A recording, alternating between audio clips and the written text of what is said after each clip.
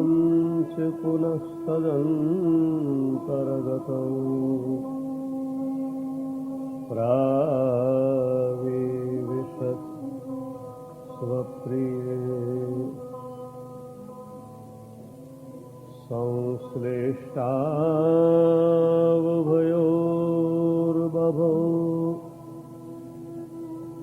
रसमयः कृष्णो हि यत् साक्षिकम्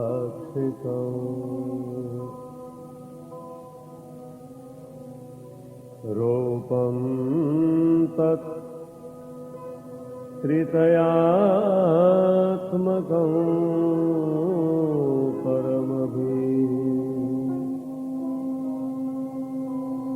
ध्येयं सदा वल्लभम्।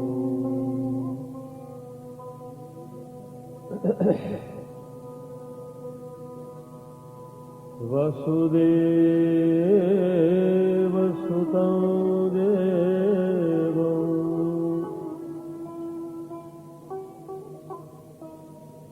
कंसचाणूरमर्दनम्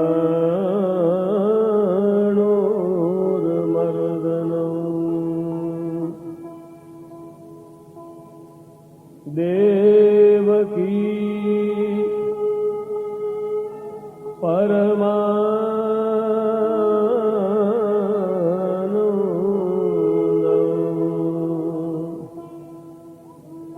कृष्णो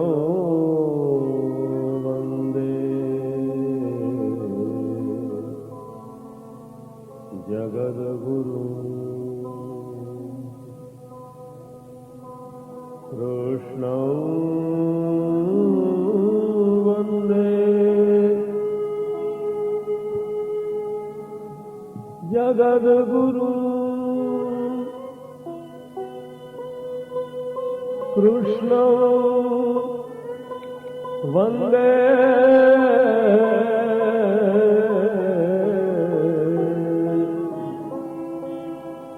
जगद्गुरु।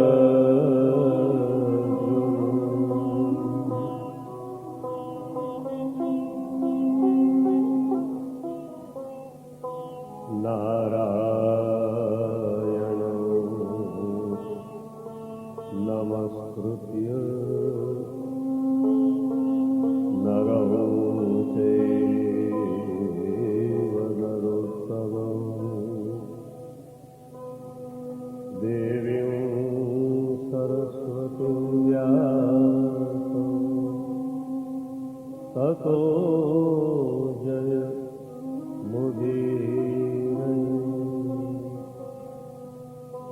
श्री गोवर्धननाथ की जय। श्री गिरिराज की जय।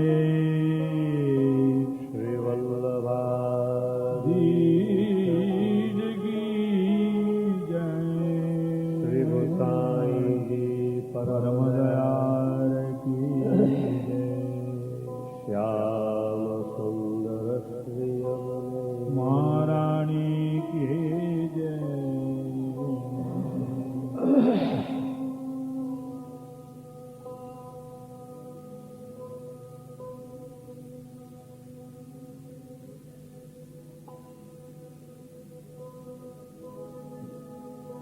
મહેરબાની કરીને હવે આપ બેસી જાઓ, વચ્ચે કોઈ ભરે નહીં, અવાજ બંધ.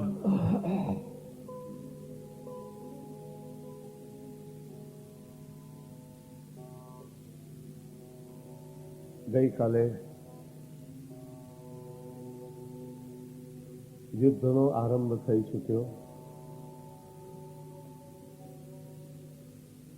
વિશ્વના ઇતિહાસમાં કદી ન રમાયું હોય એવું ભયંકર યુદ્ધ કૌરવો અને પાંડવોના દરમિયાન આ યુદ્ધ ખેલાયું છે. સંસ્કૃતમાં એવી કહેવત છે, યુદ્ધસ્ય વાર્તા રમ્યા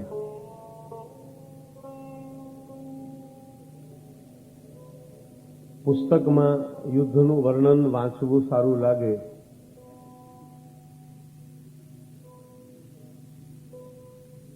ટીવીમાં યુદ્ધના દ્રશ્યો જોવા કદાચ સારા લાગે, પણ જ્યારે યુદ્ધ થતું હોય ત્યારે તમે ત્યાં હાજર હો તો એ મનોરંજન નથી.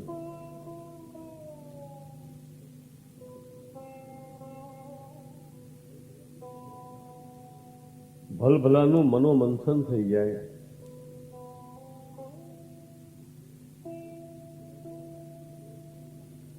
જ્યાં જ્યાં દ્રષ્ટિ કરો ત્યાં ત્યાં લોહી નીગળતી લાશો દેખાય છે.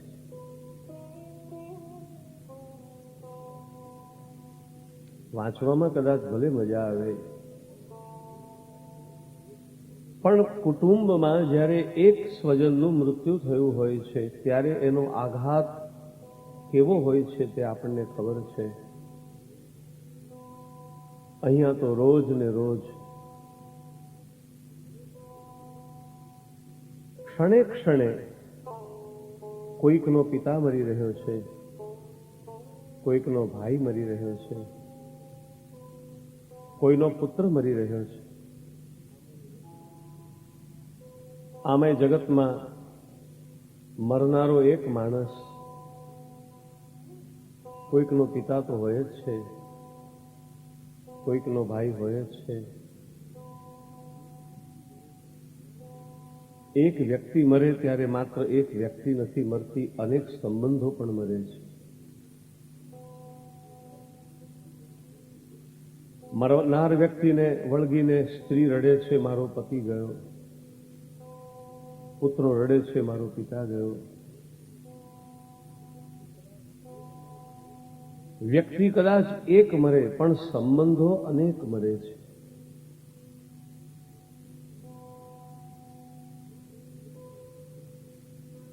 અને અહીંયા તો રોજ ને રોજ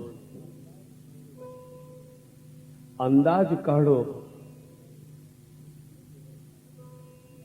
આમ નક્કી ન કહેવાય કે આટલું જ, પણ અંદાજ કાઢો તો એક દિવસના લગભગ 50,000 માણસો મર્યા છે પર ડે.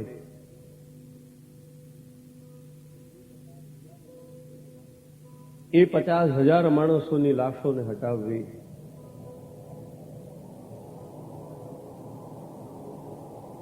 આકાશમાં ગીધ અને સમડી ફરી રહ્યા હોય,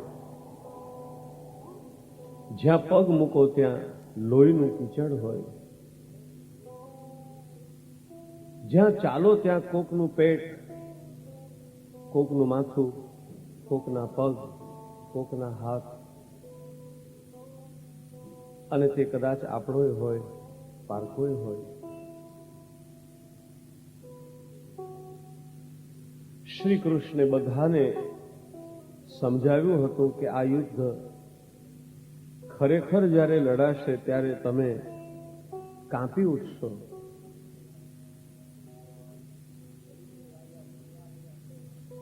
કલિંગનો રાજા સમ્રાટ અશોક, એણે યુદ્ધ તો કર્યું, પણ યુદ્ધ કર્યા પછી એણે યુદ્ધનું દૃશ્ય જોયું. આવેશમાં આવીને, જનૂનમાં આવીને કોઈને કાપી નાખવો બહુ અઘરું નથી,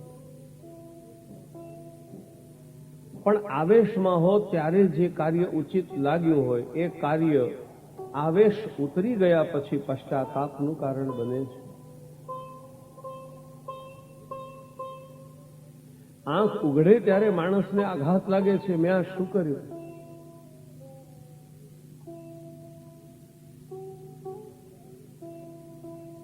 વિજય મેળવ્યા છતાં પાંડવો પાછળથી દુઃખી થયા છે કે આ યુદ્ધ અમારે કરવું પડ્યું. ખૂબ પીડામાંથી પસાર થયા છે. જ્યારે હારી રહેલો રોજ એક પછી એક થપ્પડ ખાનારો દુર્યોધન મર્યો છે ત્યાં સુધી એણે એની દુષ્ટતા છોડી નથી. દુર્યોધનને જીવનમાં કદી પશ્ચાતાપ થયો નથી, ક્યારે પણ નહીં. સૌથી છેલ્લો મર્યો છે ત્યારે પણ નહીં. છેલ્લા શ્વાસ ચાલી રહ્યા છે ત્યારે પણ દુર્યોધનને પશ્ચાતાપ નથી થયો.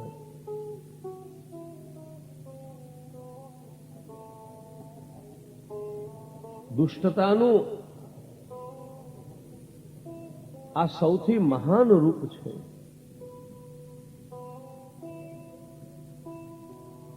પાંડવો બહુ વ્યથિત છે, કારણ કે પિતામહને મારવા પડ્યા. ભીષ્મ પડ્યા ત્યારે તો બંને પક્ષ ઉદાસ થઈ ગયા.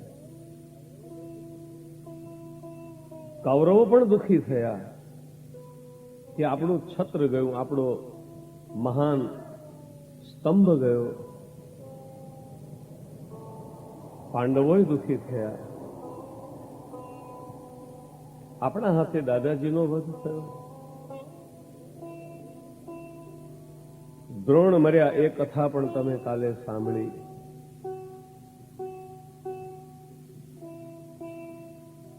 ગુરુની હત્યા કરવી પડી છે પાંડવોને.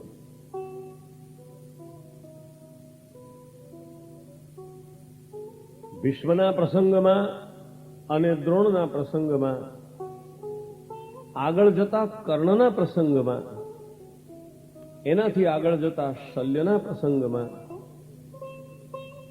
અને સૌથી છેલ્લે દુર્યોધનના પ્રસંગમાં તમે મહાભારતના એક દિવસના આ યુદ્ધની કથા વાંચજો. ડગલે ને પગલે અર્જુનને, યુધિષ્ઠિરને શ્રી કૃષ્ણની સહાયતાની જરૂર પડી છે અને શ્રી કૃષ્ણની સહાયતા વગર એ કોઈને હણી શક્યા નથી.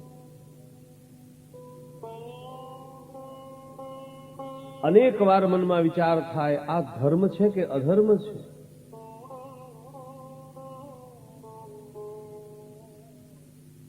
તમને કોઈ પૂછે કે ધર્મ કોને કહેવાય? મહાભારતમાં એક શ્લોક છે,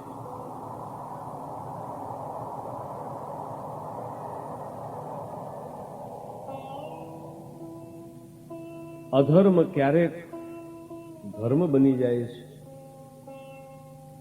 અને ધર્મ ક્યારેક અધર્મ બની જાય છે.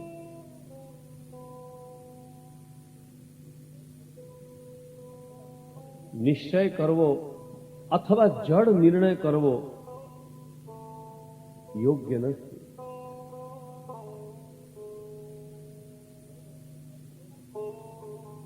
ધર્મસ્ય તત્વમ નિહિતમ ગુહાયામ. ધર્મનો નિર્ણય કરવો સાવ સરળ નથી. અને એટલા માટે બને ત્યાં સુધી વ્યક્તિએ પોતે નિર્ણય ન કરવો. ઘણે ભાગે આપણે નિર્ણય કરીશું તો આપણી ફેવરમાં જ કરીશું. પોતાની વાત આવે છે ત્યારે માણસ નિષ્પક્ષ નથી રહી શકતો. તમને ખબર છે, બીજો ક્રોધ કરે ત્યારે તમે કહો છો અયોગ્ય છે, પણ તમે ક્રોધ કરતા હો ત્યારે તમે હંમેશા એમ કહેતા હો છો કે ક્રોધ કરવો જ પડે.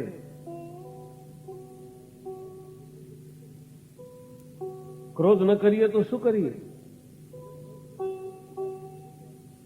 અમે ક્રોધ ન કરીએ તો બીજા સુધરે કેવી રીતે?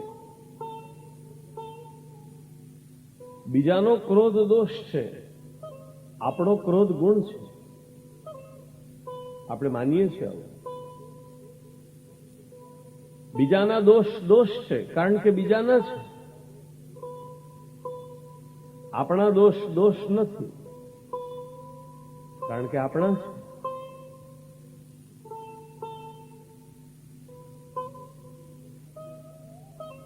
શ્રી કૃષ્ણની આજ્ઞા ન માનવાથી આ મહાયુદ્ધ થયું છે. એક મહાન ધર્મયુદ્ધ થયું છે. ઇતર પ્રસંગોમાં ધર્મની જે વ્યાખ્યા થઈ હશે તે થઈ, પરંતુ એક ભક્તને માટે ધર્મની વ્યાખ્યા શું હોય એ હું તમને કહું છું. પાંડવોએ મહાભારતનું યુદ્ધ કર્યું તે યોગ્ય છે કે નહીં એને કોઈ ગ્રંથમાં ન શોધશો. એનો નિર્ણય કોઈ પુસ્તકમાં ન શોધો, કારણ કે જીવન ઘણીવાર એટલું બધું અટપટું હોય છે કે એના સમાધાન ગ્રંથોમાં ન પણ મળે.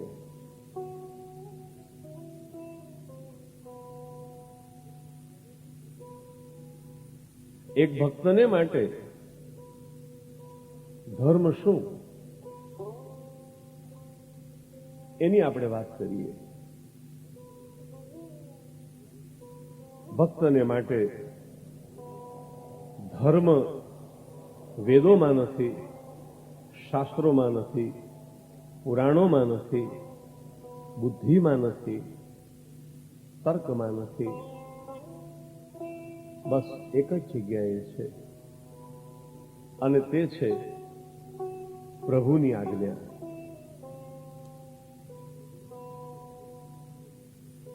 ભગવદ આજ્ઞા એ ભક્તનો ધર્મ.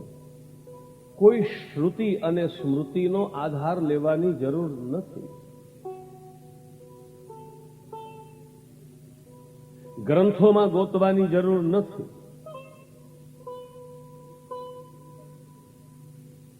ગ્રંથો પણ ઘણીવાર ગરબડ કરે છે. અખાએ કહ્યું, ગ્રંથ ગરબડ કરી વાત ન કહી ખરી. ગ્રંથો ગરબડ નથી કરતા, પણ અનેક ગ્રંથો વાંચવાથી આપણી બુદ્ધિમાં ગરબડ થઈ શકે ખરી, કારણ કે એક શાસ્ત્ર કંઈક કહે છે, બીજું શાસ્ત્ર કંઈક કહે છે.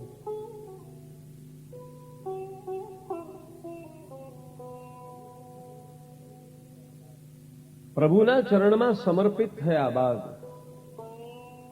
ભક્તનો ધર્મ એક જ છે, અને તે એના ભગવાન જે આજ્ઞા કરે તે એને કરવું.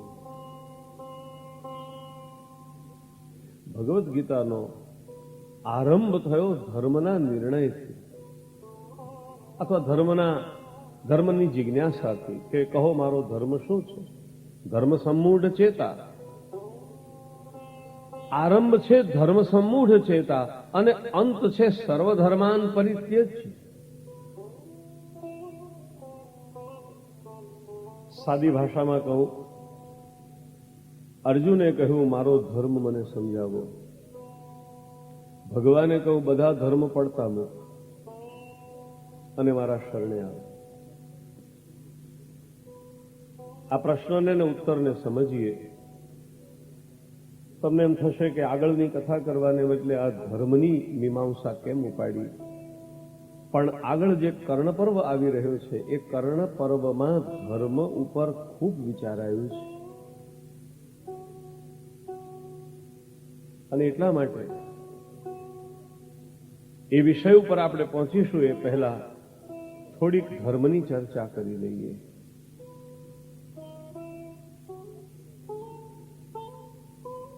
શાસ્ત્રમાં ધર્મની ઘણી વ્યાખ્યાઓ થઈ. ધારયતે ઇતિ ધર્મ, જે આપણને ધારણ કરે એનું નામ ધર્મ. જે આપણો આધાર છે એનું નામ છે ધર્મ. માણસ કહે મારે જીવનમાં ધર્મ નથી ઉતારવો. ધર્મ આધાર છે. તમે ધર્મને છોડીને જશો ક્યાં?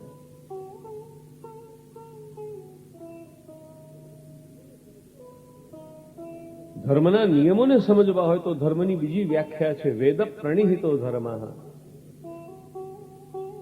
એટલે વેદ જે કહે એ ધર્મ. વેદ બે વસ્તુ કહે છે, આમ કરો અને આમ ન કરો.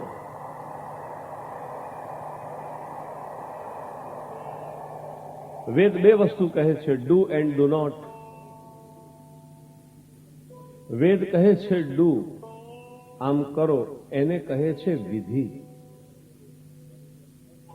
જે પોઝિટિવ આજ્ઞાઓ છે, સત્યમ વદ, ધર્મમ ચર, આ બધાને વિધિ કહે છે. સીધો ઓર્ડર, આમ કરો, આમ કરો, આમ કરો. વેદની બીજી આજ્ઞા છે ડુ નોટ. આમ આપણાથી ન થાય, આમ આપણાથી ન થાય, આમ આપણાથી ન થાય. એને કહે છે નિષેધ. વિધિ એટલે આમ કરો, નિષેધ એટલે આ ન કરો. સ્વાધ્યાયાત ન પ્રમદિતવ્યમ, સ્વાધ્યાય છોડશો નહીં.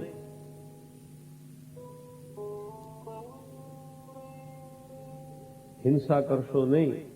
આ બધી નિષેધાત્મક આજ્ઞાઓ છે.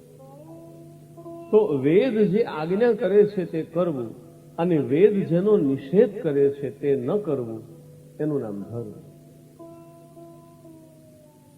અને ધર્મનો ત્રીજો સાવ સાદો અર્થ જે અત્યારે વધારે પ્રચલિત છે એ અર્થ છે ધર્મ એટલે કર્તવ્ય. સ્ત્રીનો ધર્મ શો, બાળકનો ધર્મ શો, માતાનો ધર્મ શો, પિતાનો ધર્મ શો, ધર્મ એટલે કર્તવ્ય.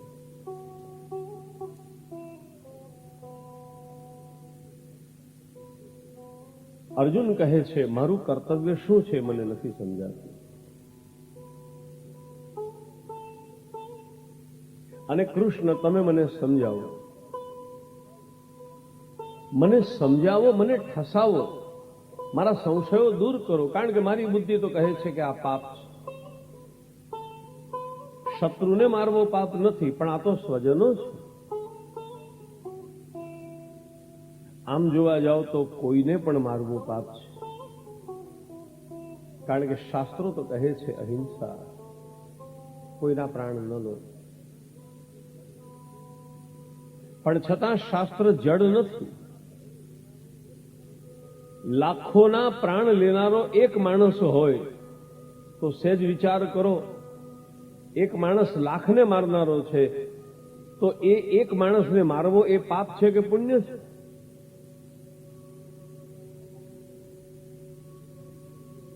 ભાગવતજીમાં ભગવાન નરસિંહે જ્યારે હિરણ્યકશિપુને માર્યો ત્યારે પ્રહલાદ એક વાક્ય બોલ્યા, મોદેત સાધુરપી વૃશ્ચિક સર્પ હત્યા. કોઈ પણ પ્રાણીને મારવું એ પાપ છે જ, પણ એક સાપ હાથમાં આવે, ભયંકર નાગ, અને એ નાગને જો છૂટો મૂકવામાં આવે તો 25-50 માણસોને કરડવાનો અને એમને મારવાનો.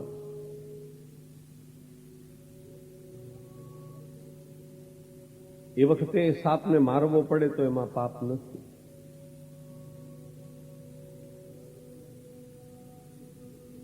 જે સમાજને માટે, જે ધર્મને માટે અને જે સંસ્કૃતિને માટે મહાહાનિકારક છે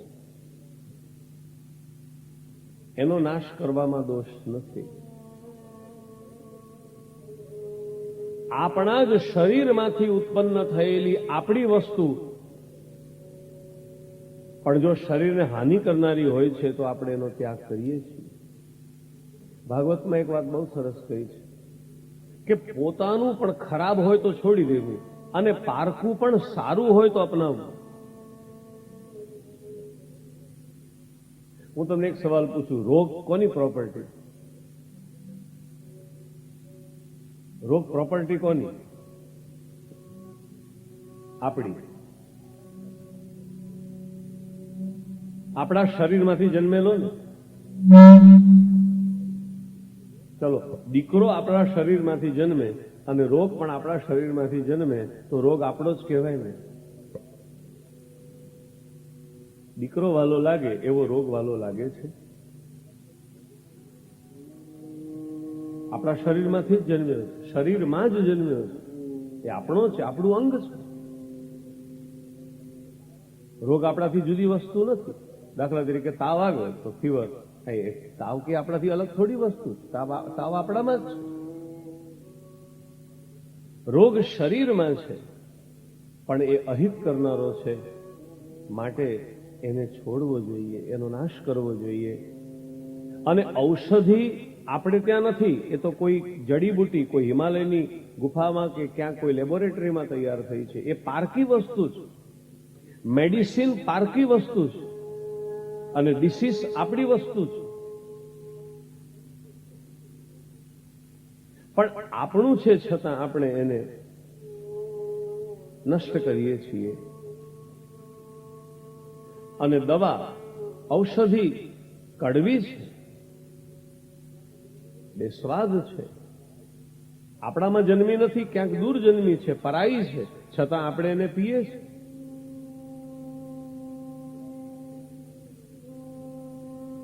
એ વાત સાચી કે પાંડવોએ ગુરુની હત્યા કરી, એ વાત સાચી કે પાંડવોએ પિતામહની હત્યા કરી, પણ એ બધું જ ભગવદ આજ્ઞાથી કર્યું છે. અને ભગવદ આજ્ઞાથી મોટો કોઈ ધર્મ નથી. આ વાત છેવટે અર્જુનને સમજાય. આખી ગીતામાં તો ધર્મ ઉપર જ ચર્ચા છે. ચલો કલ્પના કરો, એક માણસ એમ કહેતો હોય કે સાબિત થાય કે આ ધર્મ છે તો હું યુદ્ધ કરું, નહીતર ન કરું. અને કદાચ શ્રી કૃષ્ણ એને ન સમજાવી શક્યા હોત તો અર્જુને યુદ્ધ ન કર્યું હોત. એક વાત સમજી લો,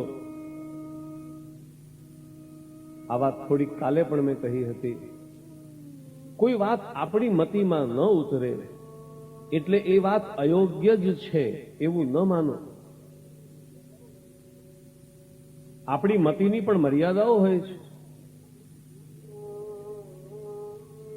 આપણી બુદ્ધિની પણ એક મર્યાદા છે, અને એ બુદ્ધિની મર્યાદા એવી છે કે ઘણી વાતો એમાં નહીં ઉતરે. તે વખતે જે શ્રદ્ધેય હોય, જેનું વાક્ય પ્રમાણ હોય, એ જે કહે તે માની લો. અર્જુનની બુદ્ધિ પ્રમાણ નથી, અને એટલા માટે અર્જુને પોતે નિર્ણય ન કરવો જોઈએ. બીજી એક વાત સાંભળો, આપણે જ્યારે નિર્ણય કરવા બેસીએ છીએ, એક તો આપણે નિર્ણય કરીએ છીએ આપણી ફેવરમાં. બીજી વાત, આપણે જ્યારે કોઈ નિર્ણય કરીએ છીએ ત્યારે એ નિર્ણય આપણે નથી કરતા, આપણો સ્વભાવ કરે છે. તમે એમ કહો છો કે મેં આ ડિસિઝન લીધું, તમે નથી લીધું, તમારા સ્વભાવે લીધું છે. અને સ્વભાવ બદલાય છે.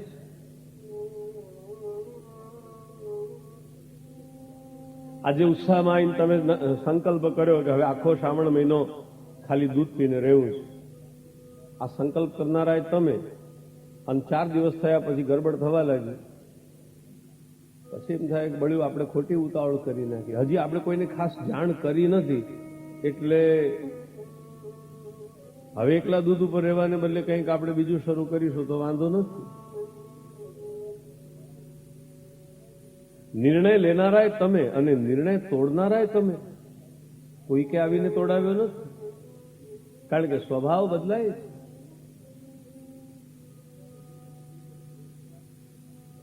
જગતમાં બધી વસ્તુ ઉપર ભરોસો રાખજો, પણ માનવીના મન પર ભરોસો ન રાખશો. જગતની બધી જ વસ્તુ તો એના સ્વભાવમાં દ્રઢ છે. એવું કદી બનતું નથી કે મરચું ક્યારેક તીખું હોય ને ક્યારેક ગળ્યું હોય. એવું કદી નથી બનતું કે સાકર ક્યારેક ગળી હોય ને ક્યારેક તીખી હોય.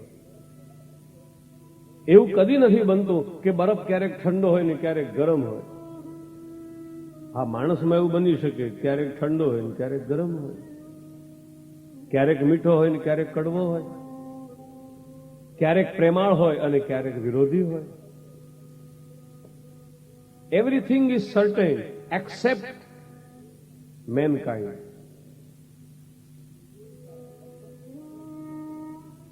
પશુઓ સારા, લગભગ પોતાના જ નિયમમાં વર્તતા હોય છે.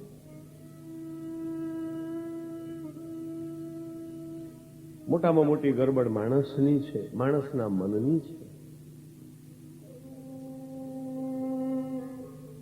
અને એટલા માટે મન કહે તે ન કરો, તો પછી જે હરિ કહે તે કરો. શરણાગતિનો ખરો અર્થ આ છે કે હું મારા મનનું કહ્યું નહીં કરું, કારણ કે મારા મનનો ભરોસો શું છે. ગઈકાલ સુધી તમારી ટીકા કરનારા માણસને આજે તમે સહેજ કંઈક આપો એટલે તમારા વખાણ કરવાના ચાલુ કરશે. અને ગઈકાલ સુધી તમારા વખાણ કરનારો માણસ આજે તમે એનું કામ ન કરો અથવા એને તો એ તમારી નિંદા શરૂ કરશે. આ વિશ્વમાં મિત્રને શત્રુ થતા અને શત્રુને મિત્ર થતા બહુ વાર નથી લાગતી. કંસને દેવકી ઉપર એટલો બધો પ્રેમ ઉભરાતો હતો કે એને થયું કે મારી બહેનને સહી સલામત હું મૂકવા જાઉં. આ કથા તમે ભાગવતજીમાં વારંવાર સાંભળી છે. દેવકી ઉપર પ્રેમ હતો કંસને, અને એટલો બધો વૈભવ એની પાસે હતો. દેવકીને ખૂબ મળ્યું હતું કન્યાદાનમાં. કંસે કહ્યું કે મારી બહેનને રસ્તામાં કોઈ હેરાન ન કરે એટલા માટે હું એને હેમખેમ મૂકી આવી. અને તમે જાણો છો કે દેવકીને કંસે જ મારવા માટે ખડગ ઉગામ્યું. જગતમાં બધી વસ્તુ પર ભરોસો કરો પણ મન પર ન કરો. મન કે મતે ન ચાલીએ, મનના ઈશારે ન ચાલો. મન કે મતે ન ચાલીએ, મનના ઈશારે ન ચાલો. મન કે મતે ન ચાલીએ, મન કે મતે અનેક. મનનું કહેવું ન કરો, કારણ કે મન આજે આમ કહેશે ને કાલે આમ કહેશે, તમને છોભીલા પાડશે. આજે ક્રોધમાં આવીને તમે કંઈક બોલ્યા અને આવતીકાલે તમે કહેશો સોરી. આ સ્થિતિમાં કોણે મૂક્યા? આપણે કેમ કેવું પડ્યું સોરી? મન. આજે ક્રોધમાં આવીને કોઈને ગાળ દઈએ છે અને પછી પશ્ચાતાપ ચાલુ થાય છે, મારે આવું બોલવા જેવું ન હતું. આ આગ કોણે લગાડી? આજે કોઈની સાથે દ્વેષ કર્યો, કોઈનું નુકસાન કર્યું અને પછી આપણામાં પશ્ચાતાપ શરૂ થયો. મન જ નુકસાન કરાવે છે અને પછી મન જ તમને બાળે છે. મન જ જગતમાં મોહ લગાડે છે, મન જ આસક્તિ લગાડે છે અને પછી એ જ મન રડાવે છે. મન બે કામ કરે છે, મન રમાડે છે અને મન રડાવે છે. અને એટલા માટે એની પાછળ બહુ ન ચાલો, એના ઈશારે ન નાચો.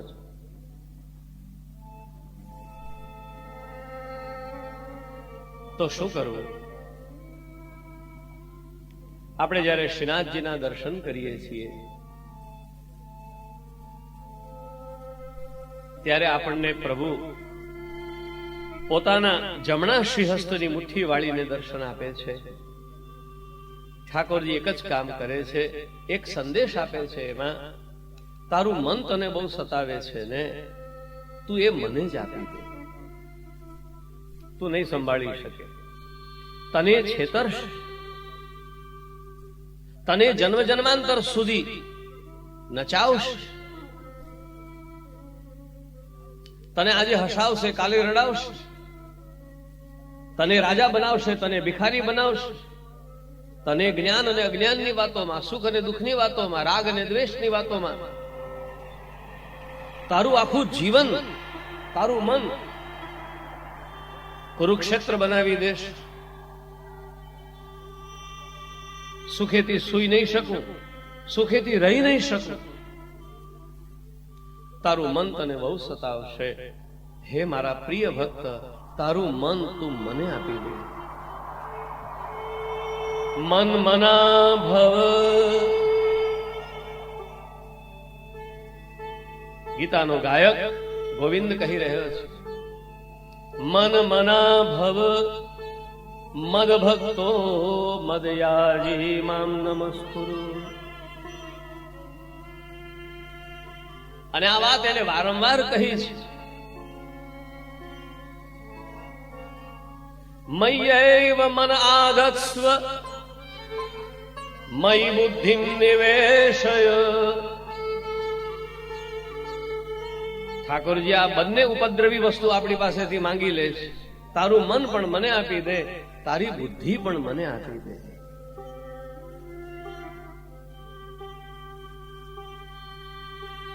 મન અને બુદ્ધિ એ તારા મોટામાં મોટા ઉપદ્રવો છે. આ બેવ તો મને આપી દે. ઠાકોરજી પાસે આ વાત સતત ધ્યાનમાં રાખજો. આપણે તો બ્રહ્મ સંબંધ વખતે દેહ, ઇન્દ્રિય, પ્રાણ, અંતઃકરણ અને અંતઃકરણ શબ્દ બોલીએ છીએ ત્યારે એમાં મન, બુદ્ધિ, ચિત્ત અને અહંકાર આ ચારે આવી ગયા.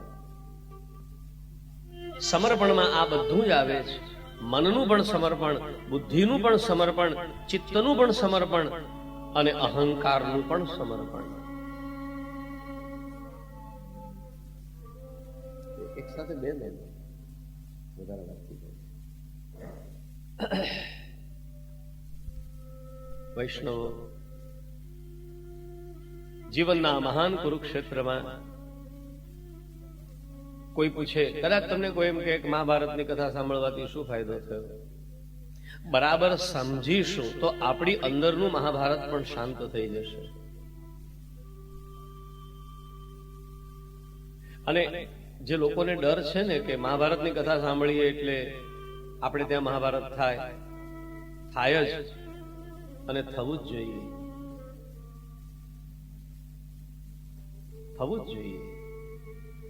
પણ એ મહાભારત કુટુંબના સભ્યો વચ્ચે નહીં, આપણી અંદર રહેલી સદવૃત્તિ અને દુર્વૃત્તિની વચ્ચે થવું જોઈએ. આપણી અંદર જે સજ્જન છે ને એ દબાઈ ગયેલો છે. આપણી અંદર જે યુધિષ્ઠિર છે, યુધિષ્ઠિર એટલે વિવેક, યુધિષ્ઠિર એટલે ધર્મ, એને બહુ અન્યાય થયો છે. ક્યારેક એને કામ દબાવે છે, ક્યારેક એને ક્રોધ દબાવે છે, ક્યારેક એને લોભ દબાવે છે, ક્યારેક એને મોહ દબાવે છે, ક્યારેક એને ઈર્ષ્યા બાળે છે. પાંડવો લાક્ષા ગૃહમાં તો બળતા બળતા બચી ગયા, પણ ઈર્ષ્યાના લાક્ષા ગૃહમાં આપણે તો કાયમ બળીએ છીએ. જીવીશું ત્યાં સુધી બળતા રહીશું. પાંડવો તો અગ્નિથી બચ્યા, આપણે તો દ્વેષ અને ક્રોધના અગ્નિમાં રોજ બળીએ છીએ. કેમ? તમે ઘણી વાર બોલો છો, બળ્યું આજે મારો જીવ બહુ બળે છે.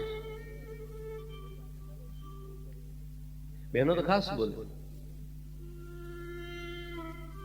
સારું, કોણે આગ ચાંપી ભાઈ?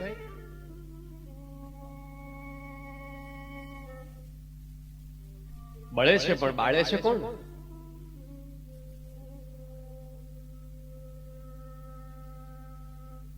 મન અને બુદ્ધિ પ્રભુમાં લગાડો અને અંદર એક યુદ્ધ થવા દો. પણ જેમ અંદરના અર્જુને કહ્યું હતું કે કૃષ્ણ મારે બીજું કઈ ન જોઈએ, તમે મારા સારથી બનો, એમ અંદર બેઠેલા તમારા વિવેકને કહો કે એ વિષ્ણુને સારથી બનાવે. અંદર રહેલા નરને કહો કે નારાયણને સારથી બનાવે. અને પછી થવા દો યુદ્ધ. યુદ્ધ થવું જોઈએ. યુદ્ધ નહીં થાય તો અંદર રહેલા પાપ મરશે કેવી રીતે? યુદ્ધ નહીં થાય તો આપણી અંદર રહેલો દુશાસન, દુર્યોધન, શકુની કઈ રીતે મરશે? મહાભારતની કથા સાંભળે એના ઘરમાં મહાભારત થાય એ વાત સાચી છે અને થવું જ જોઈએ. શ્રી કૃષ્ણ બોલ્યા હતા કે હું ન હતો ત્યાં સુધી મેં પાંડવોને દુઃખી થવા દીધા, ત્યાં સુધી તમે પાંડવોને દુઃખી કર્યા અને પાંડવો દુઃખી થયા. તમે જુઓ મહાભારતની કથા, જ્યારથી કૃષ્ણનો સંબંધ પ્રગટ થયો પછી શ્રી કૃષ્ણે અન્યાય સહન થવા દીધો ને. અને પાંડવોએ જ્યારે પણ ગફલત કરી હોય તો શ્રી કૃષ્ણની પરોક્ષતામાં જ ભગવાન જાગતો બેઠો હોય તો કોઈ માનવી પાપ કરી શકે જ નહીં. ગીતા કહે છે ને કે દરેકની અંદર ભગવાન છે. હા, પણ બે અવસ્થા છે, ક્યાંક જાગૃત અને ક્યાંક સુષુપ્ત. અંદર રહેલા ઈશ્વર તત્વને સુવાડી દઈએ તો જ પાપ કરી શકાય. અંદર રહેલા ઈશ્વર તત્વને સુવાડી દઈએ તો જ ક્રોધ કરી શકીએ, તો જ લોભ કરી શકીએ. બાકી અંદર રહેલું ઈશ્વર તત્વ જો જાગે, જેને આપણે પ્રબોધિની એકાદશી કહીએ છીએ. પ્રબોધિનીનો મતલબ ભગવાન જાગ્યા. આમ તમે એવું ન માનશો કે ભગવાન 4 મહિના સૂઈ જાય અને 8 મહિના જાગે. ભગવાન 4 મહિના સૂઈ જાય તો આ જગતનું શું થાય? બસમાં મુસાફરી કરતા હોય ને તો પેસેન્જરને ઝોકા આવે તો વાંધો નહીં. પેસેન્જરને ખરેખરી નીંદર આવી જાય તોય વાંધો નહીં, પણ ડ્રાઈવર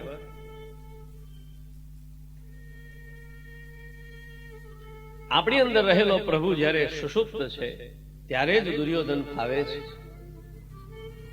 ત્યારે જ દુશાસન, દુર્યોધન અને શકુની પ્રપંચ કરી અને આપણી અંદર રહેલી શાંતિનું ચીરહરણ કરે છે.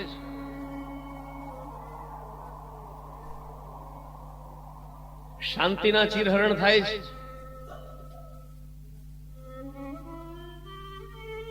ત્યાં કૃષ્ણ નથી, માટે અંદર રહેલા ભગવત તત્વને જગાડો.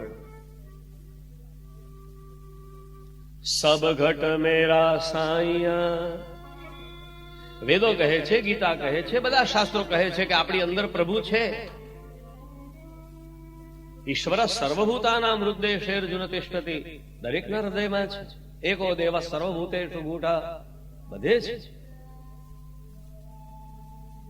સબ ઘટ મેરા સાઈયા, સુની સે જન કોઈ. સર્વના હૃદયમાં ભગવાન બેઠો છે. કોઈની શૈયા ખાલી નથી. સૌની હૃદય શૈયામાં પ્રભુ પોઢેલા છે. નમામિ હૃદય શેષે લીલા ક્ષીરાબ્દિશાય. દરેકના હૃદયમાં પ્રભુ પોઢેલા છે. છતાં કેટલાક જીવો વંદનીય છે અને કેટલાક નથી. એનું કારણ શું? ક્યાંક પ્રભુ જાગ્યા છે, ક્યાંક પ્રભુના દ્વાર ખુલી ચૂક્યા છે, ક્યાંક ઈશ્વર બેઠો છે એવી ઝાંખી થાય છે.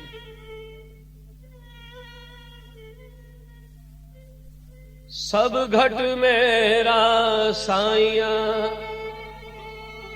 और सुनी से जन कोई. બલિહારી વા ઘટ કે. વંદનીય છે એ બધા જ મહાપુરુષો જે ઘટ પરગટ હો, જે ઘટમાં પ્રગટ થયો છે.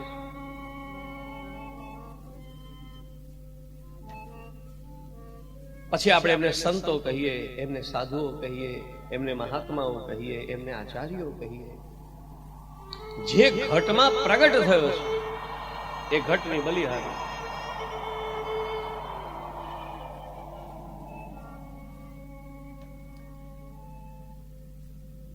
દ્રોણ પડ્યા અને દ્રોણ પડ્યા પછી અડધું યુદ્ધ તો ત્યાં જ પતી ગયું. કહો દિવસો પણ નીકળી ગયા છે, સેનાઓ પણ ધીરે ધીરે નાની થઈ ગઈ છે. ભીષ્મ પિતામહ 170 વર્ષે લડ્યા તો દ્રોણાચાર્ય 85 વર્ષે લડ્યા છે. 85 વર્ષે આપણી હાલત કેવી હોય છે?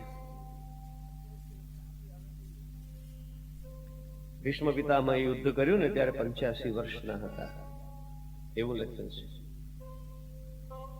આ દ્રોણાચાર્ય 85 વર્ષના હતા. ભયંકર યુદ્ધ કર્યું છે.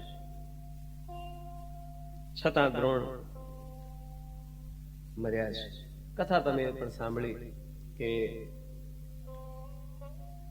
દ્રોણાચાર્ય પણ કપટથી મર્યા. થોડુંક આગળ કર્ણના પ્રસંગમાં પણ એવું જ આવશે કે કપટથી મર્યા. ક્યારેક એ પ્રશ્ન ઉભો થાય કે આ કપટ યોગ્ય હતું? પાંડવોએ કર્યું તે?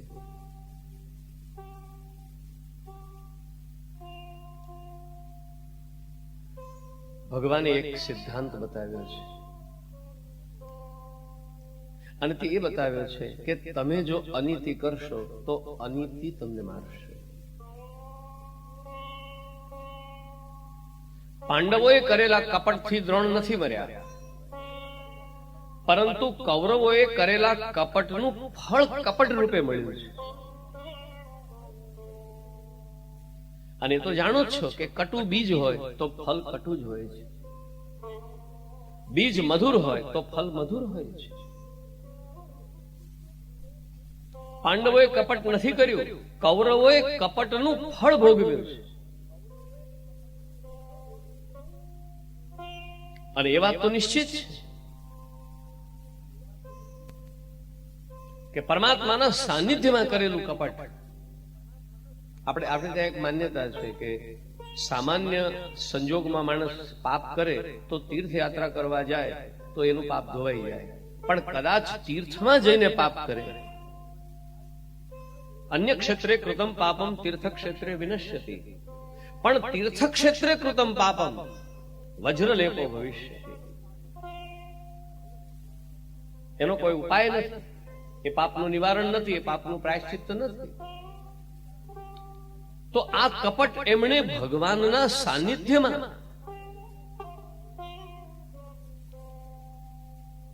ભગવાનનો પણ ડર નથી લાગ્યો. કૃષ્ણ છે અને ધૃતરાષ્ટ્ર ભીમને કચડી નાખવા માટે આલિંગન માંગે છે. બેટા મને તારા ઉપર બહુ પ્રેમ ઉભરાયો છે, આવ હું તને બાથ ભીડું. શ્રી કૃષ્ણની હાજરી છે અને ધૃતરાષ્ટ્રનું પાપ હજી જતું નથી. શ્રી કૃષ્ણની ઉપસ્થિતિ છે જે યુદ્ધમાં, એ યુદ્ધમાં પણ દગો કરીને અભિમન્યુને માર્યો છે.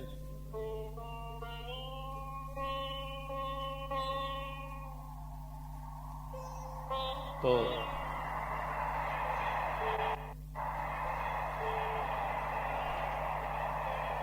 સાધારણ સંજોગમાં કરેલું પાપ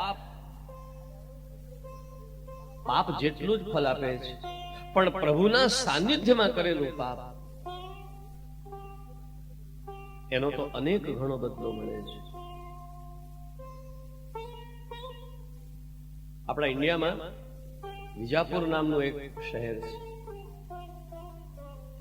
ત્યાં એક ઇમારત એવી છે કે તમે એક વાર બોલો તો એનો 7 વાર ઈકો પડે. તમે બોલો રામ, હવે તો હમણાં મશીન વાળા શોધી કાઢ્યું ભાઈ, આપણે કે રામ રામ રામ રામ રામ.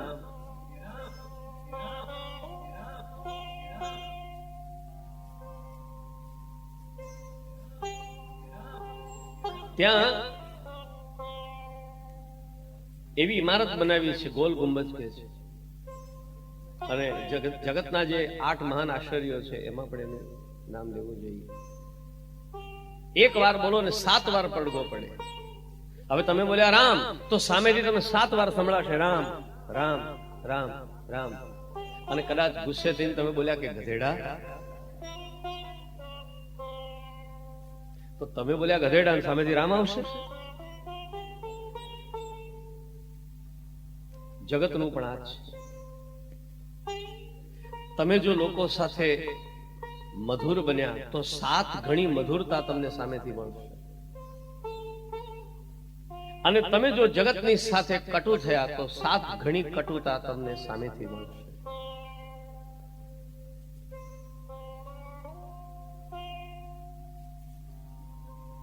જૈસી કરણી વૈસી ભરણી.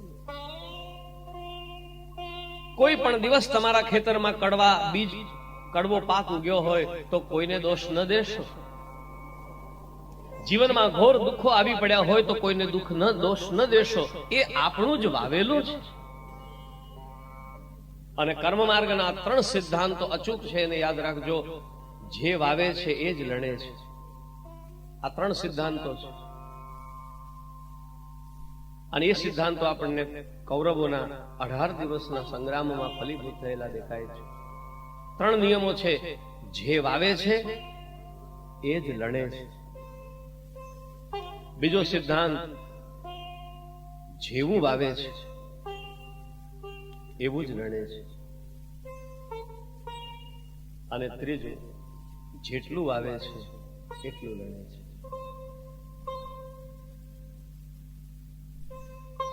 મારા ખેતરમાં હું આંબો વાવી આવું તો મારા ખેતરમાં કાંટાવાળી બોરડી નહીં થાય, આંબો જ ઉગશે. જે વાવો તે જ ઉગે, જે વાવે તે જ પામે. અને જેવું અને જેટલું વાવે તેવું ને તેટલું જ પામે. સંસારમાંથી તમને સામેથી ચારે દિશામાંથી કડવાશ જ મળતી હોય તો યાદ રાખજો, તમે બધાની સાથે કડવા થયા હતા. ચારે દિશામાંથી તમને પ્રેમ અને સત્કાર મળતો હોય તો જાણજો તમે પણ ક્યારેક પ્રેમ અને સત્કાર પાથર્યો હશે. વાવ્યા વગર તો કઈ મળતું નથી. પ્રકૃતિ પણ વાવ્યા વગર આપતી નથી તો પરમાત્મા ક્યાંથી આપશે? એટલા માટે જરૂર વાવો અને ધ્યાન રાખીને વાવો કે શું વાવી રહ્યા છે.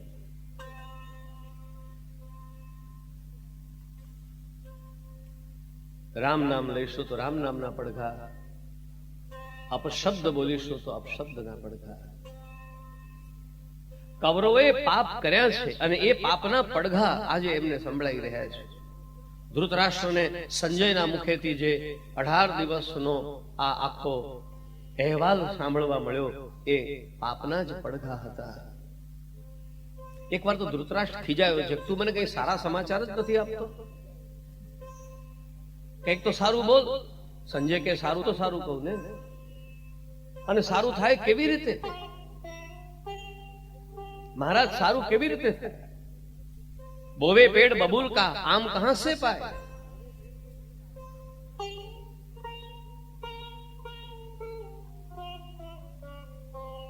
સેનાપતિ કર્ણ શલ્યને વિનંતી કરે છે, તમે મારા સારથી બનો. પહેલા તો શલ્યને બહુ ક્રોધ આવ્યો, તારામાં કલ છે કે નહીં? તું સારથી પુત્ર, એક સૂત પુત્ર, અને તું મને સારથી બનવાનું કહે છે? તારા કરતા મને હલકી જગ્યાએ બેસાડે છે. પછી કર્ણે કહ્યું કે ના મહારાજ, એવું નથી. કૃષ્ણ જો અર્જુનના સારથી બની શકે, સારથી બનવામાં આનંદ નથી.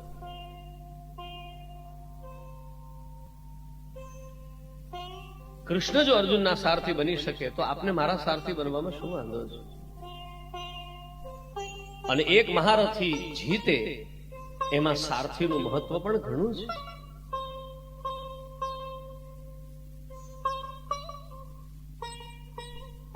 તમે મહાભારતમાં જોયું હશે, અર્જુન અનેક વાર શ્રી કૃષ્ણને લીધે બચ્યો છે. ભગવાન જાણે કે આ બાણ અર્જુન નહીં ખમી શકે. કેટલી વાર એવું બન્યું છે કૃષ્ણ ઊભા થઈ ગયા છે. દેખવામાં તો એમ દેખાતું હતું કે કૃષ્ણ અર્જુનના માત્ર રથ હાંકનારા છે, પણ અર્જુનના રથ હાંકનારા ન હતા, કૃષ્ણ અર્જુનની ઢાલ હતા.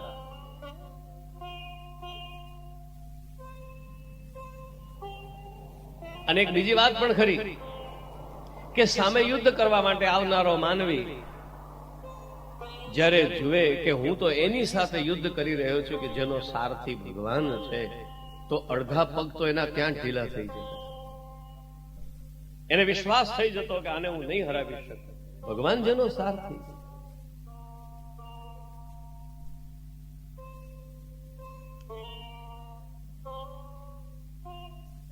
એક સાયકોલોજીકલ પ્રભાવ પણ પડતો. અને ભાગવતજીમાં તો એ વાત અર્જુને કહી છે, દાદાજીએ ભીષ્મે પણ કહી છે. એક કથા સરસ છે, તમારું ધ્યાન કદાચ ન ગયું હોય, મને લાગે છે કદાચ મહાભારતની સિરિયલ વાળા એ વાત નથી બતાવી. શ્રી કૃષ્ણ યુદ્ધ શરૂ થતા પહેલા આંગળી ચીંધી ચીંધીને અર્જુનને બધાની ઓળખાણ કરાવે છે કે જો આ ભીષ્મ, આ દ્રોણ, આ દુર્યોધન, આ દુશાસન, ત્યારે બધાને નવાઈ લાગે. બધાને જો અર્જુન નથી ઓળખતા, બધા શ્રી કૃષ્ણ આ શું કરી રહ્યા છે ઓળખાણ આપે છે. ભીષ્મ દાદા સમજી ગયા, ભગવાન જેના જેના સામે આંગળી ચીંધે છે એનું બળ, એનું આયુષ્ય અને એનું પુણ્ય સમાપ્ત કરી નાખે છે. આ ઇન્ટ્રોડક્શન નથી. અર્જુનને ઇન્ટ્રોડક્શનની શી જરૂર હતી? પણ ભગવાને જેના સામે આંગળી ચીધી એના તરફ આંખ માંડીને પોતાની આંખ વડે એ મહારથીઓના ભીષ્મ પિતામહની આ સ્તુતિ છે.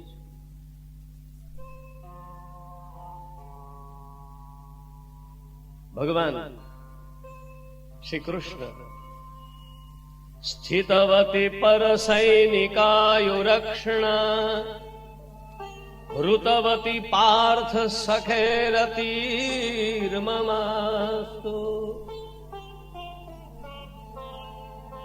સપદી સખી વચો નિશમ્ય મધ્યે નિજ પરયો બલયો રથમ નિવેશ્ય.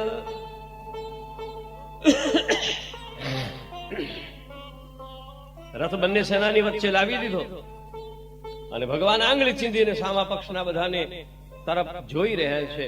ભીષ્મ દાદા કે હું સમજી ગયો તો કૃષ્ણે એમના નેત્ર વડે બીજાના આયુષ્યને હરી લીધા. ભગવાનની આંખ કૃપા દ્રષ્ટિ પણ છે અને કાલ દ્રષ્ટિ પણ છે. ભગવાનના નેત્રમાં અમૃત છે એ તો આપણને બધાને ખબર છે. ભગવાન તો બધું છે ને. શરદુદાશય સાધુ જાત સત સરસિજોદર શ્રી મૃષાદૃષા. શરદુદાશય સાધુ જાત સત સરસિજોદર શ્રી મુષાદૃષા. પ્રભુના નેત્ર શરદ ઋતુના સરોવરની મધ્યમાં ખીલેલા કમળ જેવા અતિ સુંદર છે. આચાર્ય ચરણોએ ગાયું નયનમ મધુરમ.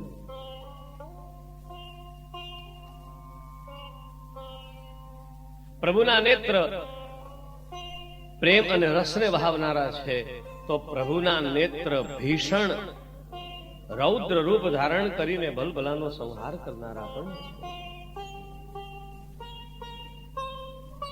કુરુક્ષેત્રનો વિજય ભગવાન શ્રી કૃષ્ણના નેત્રમાંથી નીકળેલા ક્રોધના કાલ રૂપના કિરણોથી જ જીતાઈ ગયું છે. 18 દિવસ તો નાટક ચાલ્યું, બાકી યુદ્ધ એક ક્ષણમાં પૂરું થઈ ગયું.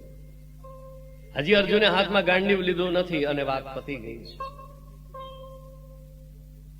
આમે મોટા ભાગનું કામ તો ભગવાન જ કરે છે. તમે કહો મેં ઠાકોરજી માટે માળા કરી, અચ્છા એમાં ઠાકોરજીનું સેક્શન કેટલું તમારું કેટલું? ફૂલ તમે બનાવ્યા, ફૂલમાં સુગંધ તમે મૂકી, ફૂલમાં રંગ તમે મૂક્યા, ફૂલનો શેપ તમે બનાવ્યો, રૂ તમે બનાવ્યો? ના, તમે વધારે બે કામ કર્યા. એક તો ફૂલ લઈ આવ્યા અને બીજું રૂનો દોરો બનાવ્યો અને એ દોરામાં ફૂલને તમે પરોવ્યા. 99% તો ભગવાને જ કર્યું, 1% આપણે કર્યું. તમે કોઈ લાડુ બનાવ્યો, અમે ઘઉં કોણ બનાવે છે? સુગર કોણ બનાવે છે? ચલો સુગર તમે બનાવો છો, માણસ તમે એટલે માણસ, સુગર માણસ બનાવે છે, પણ શેરડી કોણ ઉગાડે છે? અને આવડા નાના બીજમાંથી આવડી મોટી શેરડી કે જેમાંથી ખાસી 200, 250, 500 ગ્રામ ખાંડ નીકળે, એ કોણે ભરી? આપણી કૃતિ હોય તો પણ કેટલી. 99% કુરુક્ષેત્રનું યુદ્ધ કૃષ્ણથી જ લડાયું છે, કારણ કે ભગવાન ભૂમિનો ભાર ઉતારવા માટે પધાર્યા છે. પછી તો અર્જુનને રાજી થવા માટે કહ્યું, હવે તું આ બધાને માર, યશ તને મળશે, કામ મારું થશે. અને શલ્યને સારથી બનાવી અને કર્ણે યુદ્ધમાં પ્રવેશ કર્યો. કર્ણના હાથમાં યુધિષ્ઠિર પણ આવી ગયા છે એકવાર, નકુલ પણ આવી ગયો છે એકવાર, પણ કર્ણની પ્રતિજ્ઞા હતી અર્જુન સિવાય કોઈને નહીં માને. આમાં લોકોએ પ્રતિજ્ઞા તો એવી ચિત્ર વિચિત્ર કરી છે.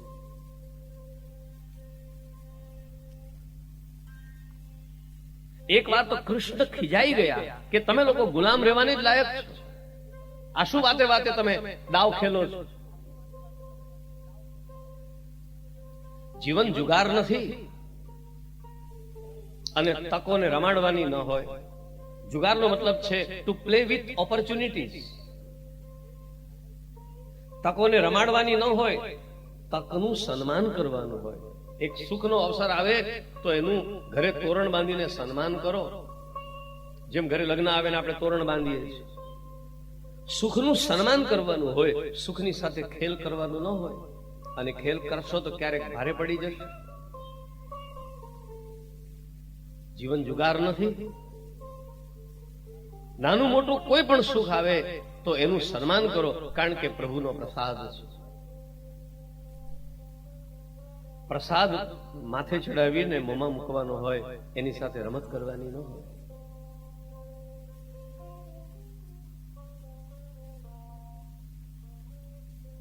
શલ્ય પણ કર્ણની સાથે થોડો સાયકોલોજીકલ ઉપાય કરી રહ્યા છે.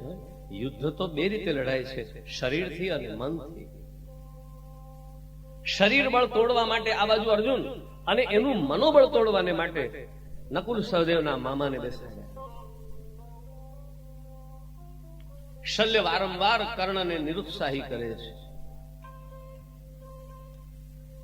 જે માણસ તમારા ઉત્સાહને તોડે એને તમારી નજીક ના આવવા. લુખો રોટલો ખાજો,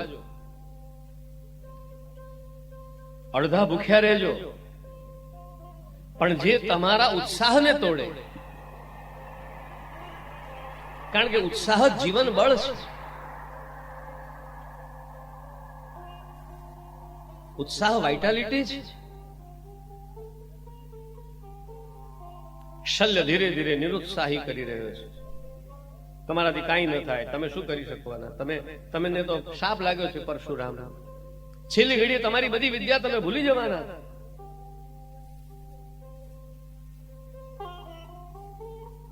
ગમે તેટલો બળવાન માણસ હોય, પણ એની આગળ જો આવી જ નકારાત્મક વાતો થતી જાય તો ધીરે ધીરે એ ઉત્સાહને ગુમાવે છે.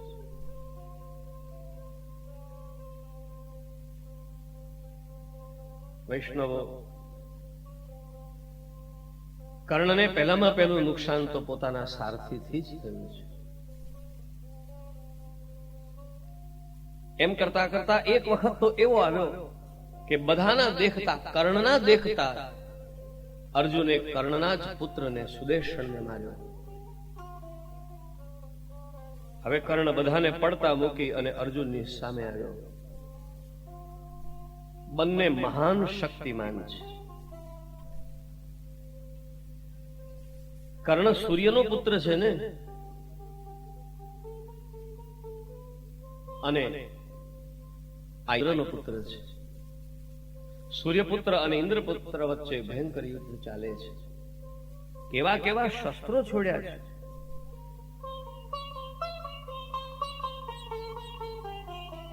બાણોથી ઢંકાઈ જાય, કોઈ અગ્ન્યાસ્ત્ર છોડે તો અગ્ન્યાસ્ત્રને બુઝાવવાને માટે આમણે આને વરુણાસ્ત્ર છોડ્યું. આગને બુઝાવવાને માટે પાણી, વાદળા વરસવા લાગ્યા. પાછું આપણે છોડ્યું પવનાસ્ત્ર, એટલે વાદળા વિખરાઈ ગયા. એક એક થી ચડે એવું યુદ્ધ થઈ રહ્યું છે અને જનૂનમાં લડી રહ્યા છે. બસ આજે મરીએ કે મારીએ. પરંતુ માનવી ગમે તેટલો બળવાન હોય, ગમે તેટલો પુરુષાર્થવાન હોય, કર્મ એને છોડતા નથી. ના ભૂંક્તમ ક્ષીયતે કર્મ. દુનિયાના કોઈ પણ છેડે જાઓ, કર્મ નહીં છોડે. શાસ્ત્રમાં કહ્યું છે, જેમ કાયાને એની છાયા નથી છોડતી, એમ કર્તાને એનું કર્મ કદી નથી છોડતું. અને એટલા જ માટે છેલ્લી ક્ષણે કર્ણને પોતાની વિદ્યા ભૂલાવા માંડી. પરીક્ષાના આગલા દિવસ સુધી છોકરાને બધું યાદ હોય, પણ હાથમાં પેપર આવે તેની સાથે બધું બ્લેન્ક થઈ જાય તો એ શું કરે? આ હાલત કર્ણની થઈ છે. જે વિદ્યા આશીર્વાદ સાથે મળે એ જ વિદ્યા ટકે છે. વિદ્યા માટે અભ્યાસ જરૂરી છે, પણ અભ્યાસ કરતા વધારે મહત્વ છે ગુરુના આશીર્વાદનું, ગુરુ કૃપાનું.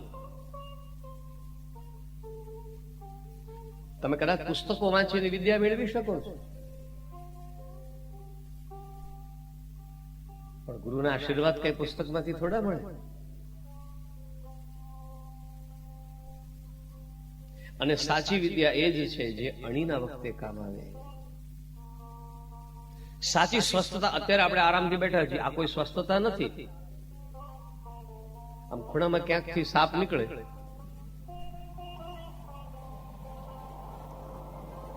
આમ માર્કીના એકાદ ખૂણામાંથી સર સર સર કરતો આવે તો આપણે આ રીતે બરાબર મજાથી, જેમ અત્યારે નિરાંતે બેઠા છીએ એમ બેસી શકીએ. રિયલ સાપ જવા દો, કોઈ પેલું રબર નો મૂકી દે ને તો અડધા લોકો બહાર.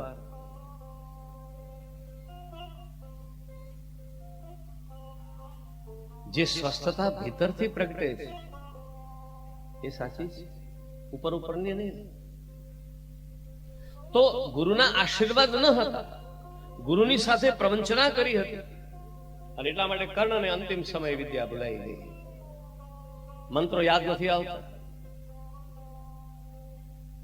બાણ હાથમાં નથી આવતા, અને એટલામાં પાછો એક બ્રાહ્મણનો શાપ આવ્યો, પહેલેથી જે હતો એ પ્રગટ થયો, અને કર્ણના રથનું પૈડું પૃથ્વીમાં ઉતરી ગયું. વીર રસમાં કર્ણ એટલો બધો તન્મય છે કે કૂદકો મારીને નીચે ઉતર્યો, અને એ રથનું પૈડું બહાર કાઢવા જાય છે. શ્રી કૃષ્ણે કહ્યું, અર્જુન, સમય આવી ગયો છે કર્ણને મારવાનો, લગાવ. અર્જુન અને કર્ણ વચ્ચે ભયંકર વેર હતું, પણ અર્જુન ખચકાય છે, નિશસ્ત્રના ઉપર હું કેમ પ્રહાર કરું? શ્રી કૃષ્ણે કહ્યું, કેમ કેમ નહીં અને કેમ, આ બધામાંથી હવે તું બહાર આવી ગયો છે. આ કરાય કે આ ન કરાય એ વાત હવે મૂકી દે. હવે તો તારે એ જ કરવાનું છે જે હું કહું છું. એટલા જ માટે મેં તમને આરંભમાં કહ્યું હતું કે કર્તવ્યની વ્યાખ્યા, ધર્મની વ્યાખ્યા શાસ્ત્ર વિરુદ્ધ હોય, અને જો ભગવાન ધર્મ વિરુદ્ધ ન હોય તો ભગવત આજ્ઞા ધર્મ વિરુદ્ધ કેવી રીતે હોઈ શકે? હા, એ વાત જુદી છે કે આપણને ધર્મનું સાચું જ્ઞાન ન હોય.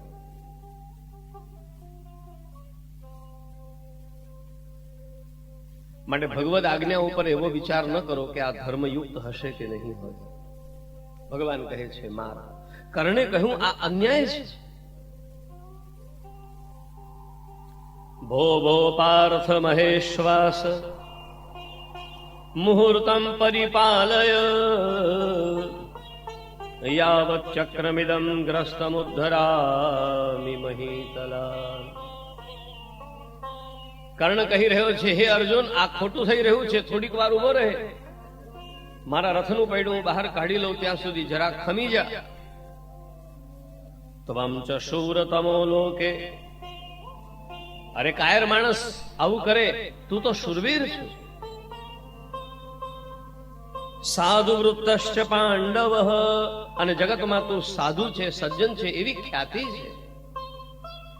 અવિજ્ઞો યુદ્ધ ધર્માણામ વેદાંતાવૃથા પ્લુતઃ. બીજા બધા ગમે તે હોય, પણ તું તો યુદ્ધ ધર્મને જાણનારો જ. તને ખબર છે કે આ અન્યાય છે. અર્જુન પણ ખચકાઈ ગયો, કારણ કે આમ તો યુદ્ધ ધર્મનો નિયમ એ જ હતો કે જેના હાથમાં શસ્ત્ર ન હોય ને ન મરાય.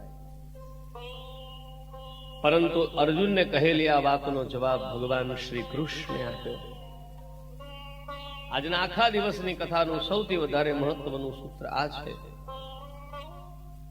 ભગવાન કહે છે, તમ બ્રવીત વાસુદેવો, તમ બ્રવીત વાસુદેવો રથસ્થો રાધેય દિષ્ટ્યા સ્મરતી ધર્મમ પ્રાયેણ નીચા વ્યસનેષુ મગ્ના નિંદન્તિ દૈવમ કુકૃતમ નતુષ્યમ.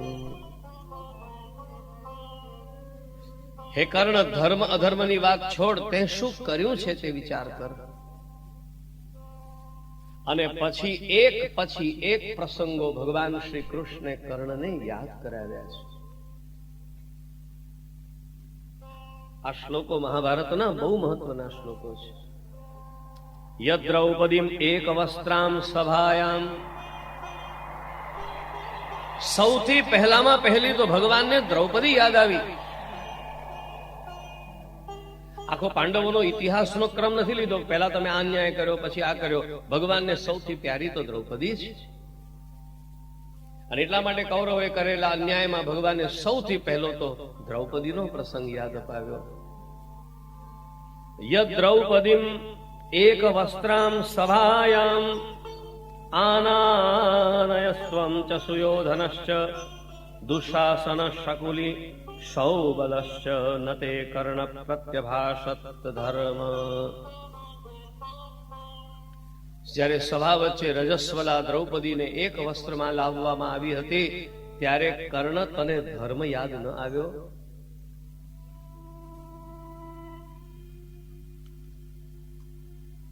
યદા સભાયામ રાજાનમ અનક્ષજ્ઞમ યુધિષ્ઠિરમ.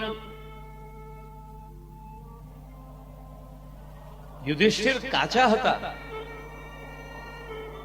અને મામા શકુનીને નિમિત્ત બનાવી અને તમે લોકોએ એ યુધિષ્ઠિરને પ્રપંચ કરીને સભામાં હરાવ્યા. આ છળ ચાલી રહ્યું હતું ત્યારે કર્ણ ઉભો થઈને તું કેમ ન બોલ્યો કે આ ધર્મ નથી? જીવનમાં તને અત્યાર સુધી ધર્મ યાદ નથી આવ્યા. ધર્મને યાદ કરવો પડે એવા અનેક પ્રસંગો આવી ગયા છે, પણ તને એમાંથી એકે ધર્મ યાદ કરે છે? વનવાસે વ્યતીતે શ્રી કૃષ્ણ. અને એક વાત સાંભળજો, આ કથા આપણા માટે બહુ મહત્વની એટલા માટે છે, બધા જ ધ્યાનથી સાંભળો. આ કથા મહત્વની એટલા માટે છે કે જ્યારે આપણો અંતકાળ આવશે ત્યારે કૃષ્ણ આપણી સામે પણ ઉભા રહીને આપણને જીવનના આ એક પ્રસંગો યાદ કરાવશે. આ માત્ર કર્ણની વાત છે એમ નથી. આંખ સામે તમારું આખું જીવન આવીને ઉભું રહેશે અને એમાં જ્યાં જ્યાં ભૂલો કરી છે, જ્યાં જ્યાં લોકોનો અન્યાય કર્યો છે, જ્યાં જ્યાં આપણે લોકોને રડાવ્યા છે, જ્યાં જ્યાં જીવનમાં આપણે જે ખોટા કામ કર્યા છે તેને પ્રભુ આ જ રીતે એક કાઢીને બતાવશે. આપણા કાર્ય બીજાઓ ભૂલી જાય, આપણા કાર્ય આપણો અંતરાત્મા કદી ભૂલતો નથી. વનવાસે વ્યતીતે ચ કર્ણ વર્ષે ત્રયોદશે ન પ્રયચ્છસી યદ રાજ્યમ ક્વતે ધર્મસ્તદાગત. યદ ભીમસેનમ સર્પૈશ્ચ વિષયુક્તૈશ્ચ ભોજનૈઃ આચરત ત્વન્મતે રાજા ક્વતે ધર્મસ્તદાગત. યદ વાર્ણાવતે પાર્થાન સુપ્તાન તુ ગૃહે તદા આદીપયસ્ત્વમ રાધેય ક્વતે ધર્મસ્તદાગત.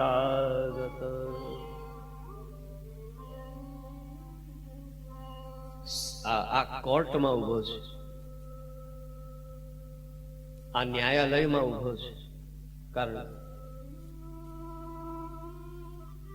અને ન્યાય તોડનારો કૃષ્ણ એને પૂછી રહ્યો છે, કર્ણ તું એમ સમજે છે કે અમને કઈ ખબર નથી? 13 વર્ષ પૂરા થયા અને પાંડવોએ માંગ્યો હતો એમનો અધિકાર અને તમારો ધર્મ હતો. જુગારમાં મુકાયેલી શરતને પાંડવો જો પાળે તો જુગારમાં મુકાયેલી શરતને કૌરવો કેમ ન પાળે? પાંડવો ઈમાનદાર છે. 12 વર્ષ વનમાં ગયા એટલે ગયા, 13મા વર્ષે સંતાઈને રહ્યા એટલે રહ્યા. અપમાનનું વિષ પીધું.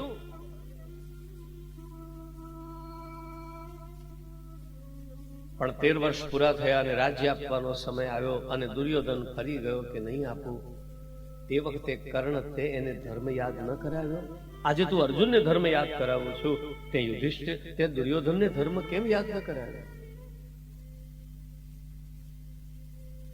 ધર્મ સ્વાર્થનું રમકડું નથી. धर्म कोई खिलौना है, जब जी चाहा खेल लिया तोड़ दिया और फिर जब जी चाहा तो जोड़ दिया. जीवन कोई खेल નથી. અહીં તો જે કરીએ છીએ તે ભોગવવું પડે છે. મારા ભીમને તમે લોકોએ ઝેરના લાડુ ખવડાવ્યા હતા ત્યારે તે દુર્યોધનનો હાથ કેમ ન પકડ્યો? આજે અર્જુનને રોકો છો?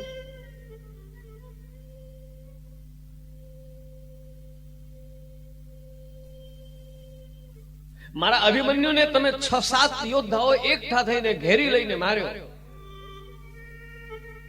એકલા દીકરાને માર્યો. ત્યારે તમારા આ 7 મહારથીઓમાંથી એકેની બુદ્ધિમાં ધર્મ શબ્દ જાગ્યો ન હતો? તમે ધર્મ ભૂલી ગયા હતા? વીર પુરુષો, ક્યાં ગયો હતો તમારો ધર્મ?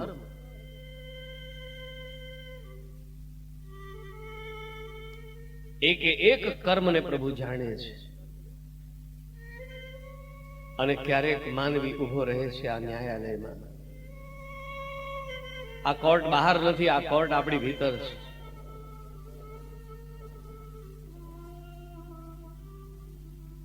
અને તે વખતે એનો દરેક શાસ્ત્ર માને છે ને, આપણે ત્યાં માને છે ચિત્રગુપ્તના ચોપડામાં છે, મુસલમાનો પણ માને છે કે કયામતનો દિવસ આવે છે ત્યારે અલ્લાહ બધાને જગાડે છે. સુતેલી બધી રૂહને કયામતના દિવસે અલ્લાહ જગાડે છે અને પૂછે છે, તુને ક્યા કિયા, તુને ક્યા કિયા? કામન છોડા, લોભન છોડા, सत्य वचन क्यों छोड़ दिया? तूने नाम जपन क्यों छोड़ दिया? तूने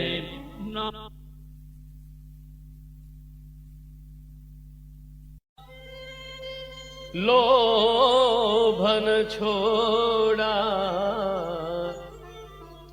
सत्य वचन क्यों छोड़ दिया? तूने नाम जपन क्यों छोड़ दिया? तूने नाम जपन क्यों छोड़ दिया? नाम जपन क्यों छोड़ दिया? तूने नाम जपन क्यों छोड़ दिया? तूने नाम जपन क्यों छोड़ दिया? नाम जपन क्यों छोड़ दिया? क्रोध न छोड़ा, लोभन छोड़ा, लोभन जोड़ा, लोभन जोड़ा, सत्य वचन क्यों छोड़ दिया? सत्य वचन क्यों छोड़ दिया? तूने नाम जपन क्यों छोड़ दिया? तूने नाम जपन આ સવાલ ક્યારેક આપણને પૂછાશે. झूठे जग में दिल ललचा कर, झूठे जग में दिल ललचा कर, झूठे जग में दिल ललचा कर, झूठे जग में दिल ललचा कर, असल वतन क्यों छोड़ दिया तूने? असल वतन क्यों छोड़ दिया? આપણે વતન છોડીને બહાર આવ્યા છીએ ને. झूठे जग में दिल ललचा कर, झूठे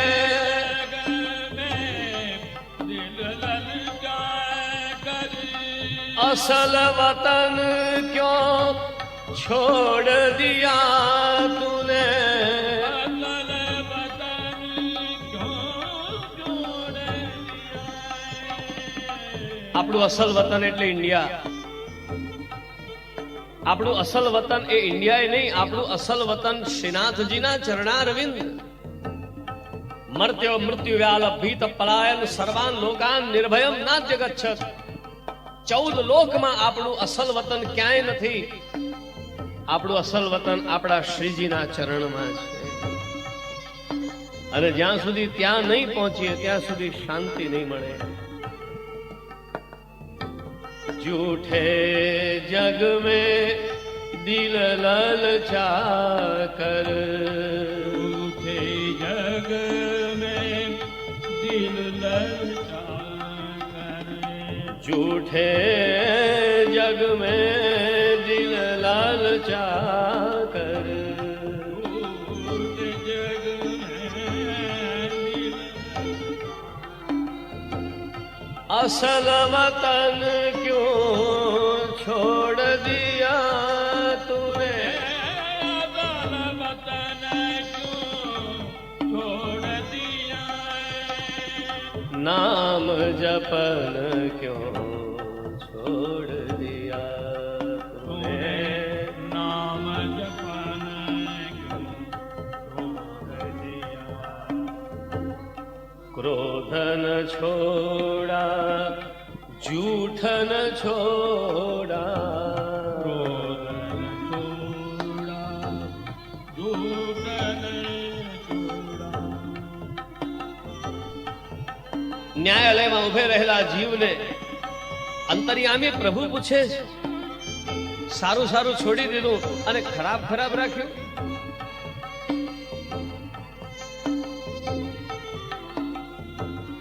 क्रोध न छोड़ा झूठ न छोड़ा, क्रोध न छोड़ा झूठ न छोड़ा. ઘણી વાર આપણે કહીએ છીએ શ્રાવણ મહિનો આવે એટલે અમે ચા છોડી દઈએ. ઘણી વાર આપણે કહીએ છીએ પુરુષોત્તમ માસ આવે એટલે અમે અનાજ છોડી દઈએ. આપણે એવું કહીએ છીએ કે આખો મહિનો ક્રોધ નહીં કરીએ.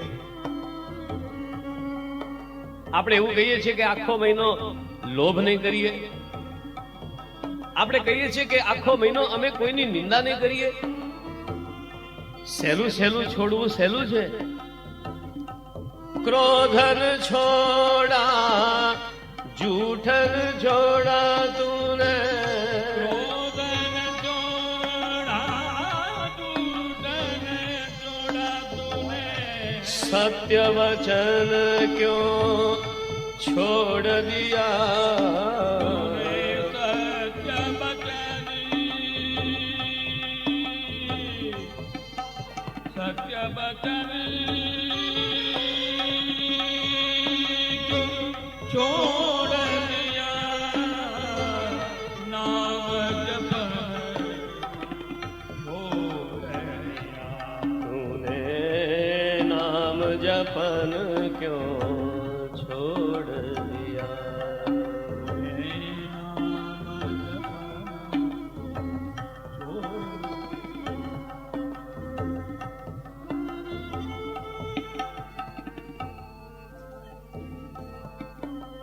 આપણે અંગ્રેજીમાં એક કહેવત નાનપણમાં સાંભળી હતી, આજે યાદ આવી. Penny wise and pound foolish. Penny wise and pound ફુલિશ.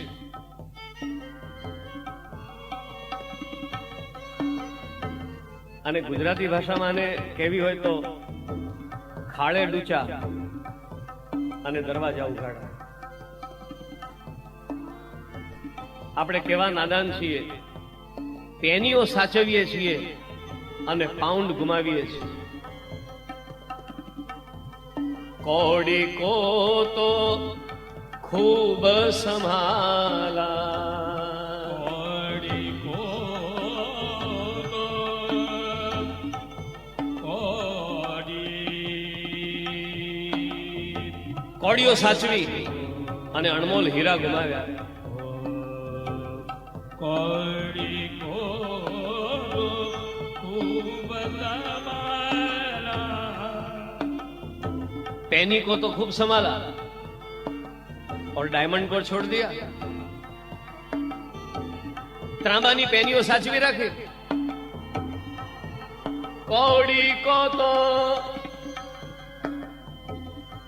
ખૂબ સંભાળા,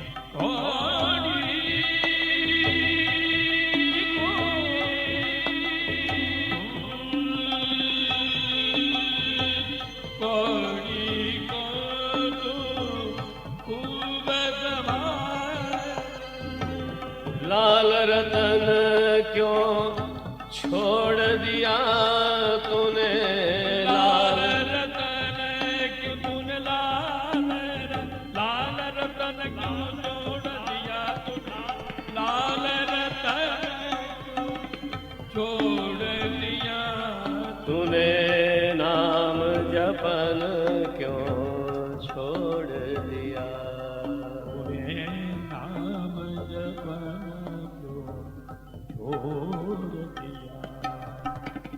जिन सुमिरन को अति सुख पावे, जिन सुमिरन को अति दुख पावे, अति सुख पावे, अति सुख पावे, अति सुख पावे, अति सुख।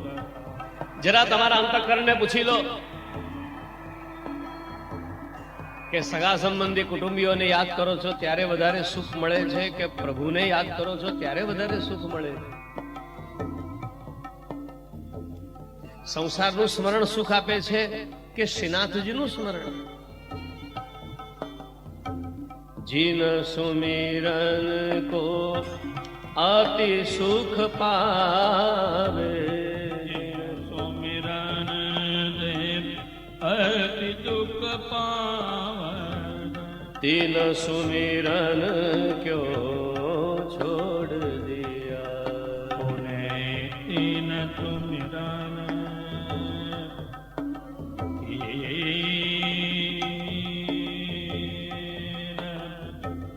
तीन सुमिरन क्यों छोड़ दिया।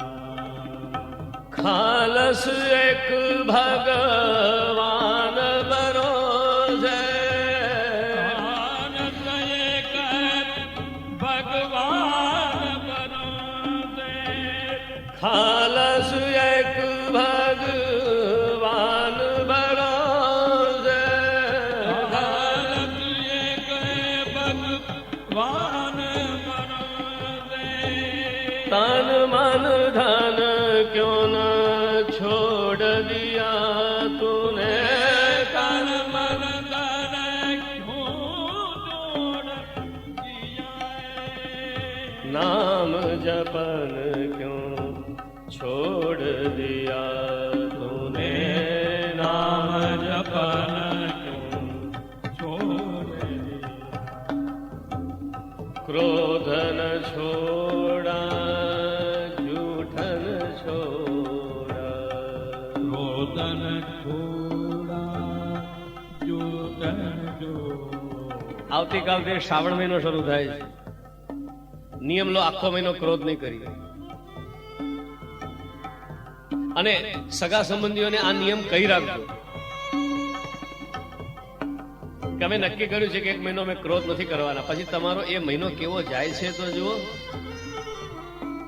જેને જે કંઈ સંભળાવવું હશે ને તે આખા મહિનામાં બધું સંભળાવી દેશે, કારણ કે એને ખબર છે કે આમાં કઈ સામે ક્રોધ આવવાનો નથી. ક્રોધન છોડા, જૂઠન જોડા, क्रोधन जोड़ा, जूठन जोड़ा। આખા ગામનો કચરો હૃદયમાં સંગ્રહી રાખીએ છીએ. અને આમ કર્યું, આનામાં આ અવગુણ છે, આનામાં આ ખામી છે, આનામાં આ દોષ છે. આપણું હૃદય છે કે ગાર્બેજનો કોઈ મોટો પટારો? જગતના દોષોને હૃદયમાં સંગ્રહી રાખવા કરતા શ્રી હરિના ગુણોને હૃદયમાં રાખો. તમારું હૃદય કચરા પેટી ન બને, તમારું હૃદય ભગવાનના ગુણોની મંજુષા બને, ગુણોનો ભંડાર બને. નામ જપન ક્યો છોડ દિયા, તૂને નામ જપન છોડ દિયા, તૂને નામ જપન ક્યો છોડ દિયા, તૂને નામ જપન ક્યો છોડ દિયા. બોલો શ્રી ગિરિરાજ. શરણ ગીરે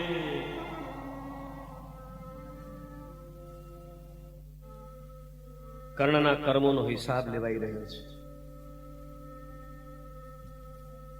અને સર્વના કર્મોનો હિસાબ વેલો મોડો લેવાતો જ છે. ખુદા કે ઘર દેર હૈ, તરત ને તરત હિસાબ નહીં થાય. બે મહાનુભાવોનો હિસાબ અહીંયા જ થઈ ગયો. એક ભીષ્મનો. ભગવાને કહ્યું, દાદાજી ઉપર કઈ જવાની જરૂર નથી, થોડું નરક અહીં જ ભોગવી લો. તમે મારા પાંડવોને સતાવ્યા છે, તમારો પ્રેમ હતો છતાં પણ તમને પાંડવોને સતાવનારાઓના પક્ષમાં તમે ઉભા રહ્યા છો. પાપ કરવું એ તો પાપ છે, પણ પાપનું સમર્થન કરવું એ પણ પાપ છે. હિસાબ ભીષ્મનો પણ અહીંયા ચૂકવાઈ ગયો. ભીષ્મની સદગતિ થાય સ્વાભાવિક છે, દ્રોણની પણ સદગતિ થઈ છે. યુદ્ધ ભૂમિમાં સમાધિમાં બેસી ગયા છે અને દ્રોણના મુખેથી છેલ્લા શબ્દો હતા, પાંડવોનો વિજય થાવ. દ્રોણને પણ મુક્તિ મળી છે. કર્ણ પણ મહાપુરુષ છે. તમે મહાભારતમાં જોશો તો કર્ણ એક અદ્ભુત પાત્ર છે. એનામાં ગુણો ઘણા છે અને દોષો પણ ઘણા છે, પણ એના ગુણો એ એની ઓરિજિનાલિટી છે અને એના દોષો એ એના દુસ્સંગનું ફળ છે. કુંતાનો પુત્ર અધમ ક્યાંથી હોઈ શકે? સૂર્યનો અંશ અધમ ક્યાંથી હોઈ શકે? સૂર્યનો અંશ પાપી હોય?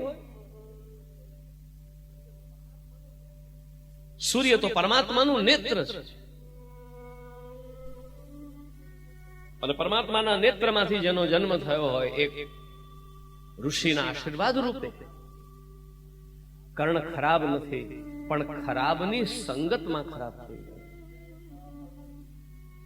जैसा पानी पीजिए ऐसी बानी हो.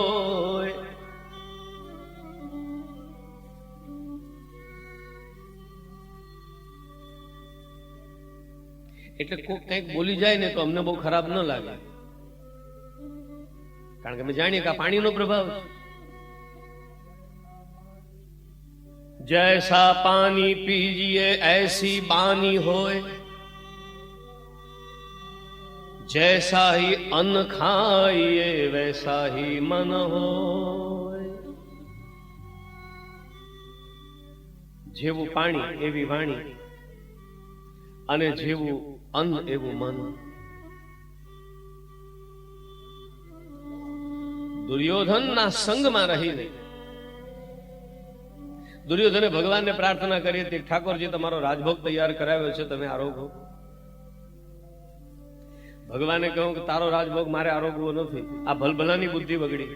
વલ્લભાધીશ.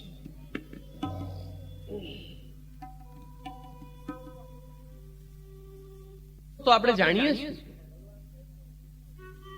પણ ભગવાન કહે છે હું દુષ્ટનું અન્ન ન લઉં. આચાર્ય ચરણ સુબોધનીજીમાં આજ્ઞા કરે છે, ભાગવતજીમાં, નિર્દુષ્ટમ ગૃહ્ણાતિ. પ્રભુ નિર્દોષ વસ્તુનો જ અંગીકાર કરે છે.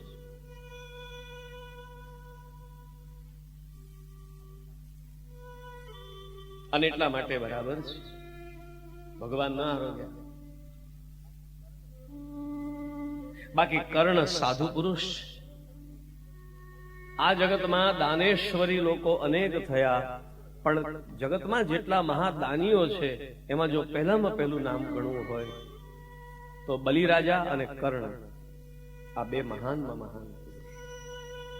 ઇન્દ્ર આવ્યો છે અને માગ્યું છે તમારું કવચ આપો, તમારા કુંડલ આપો. કર્ણે આપી દીધું.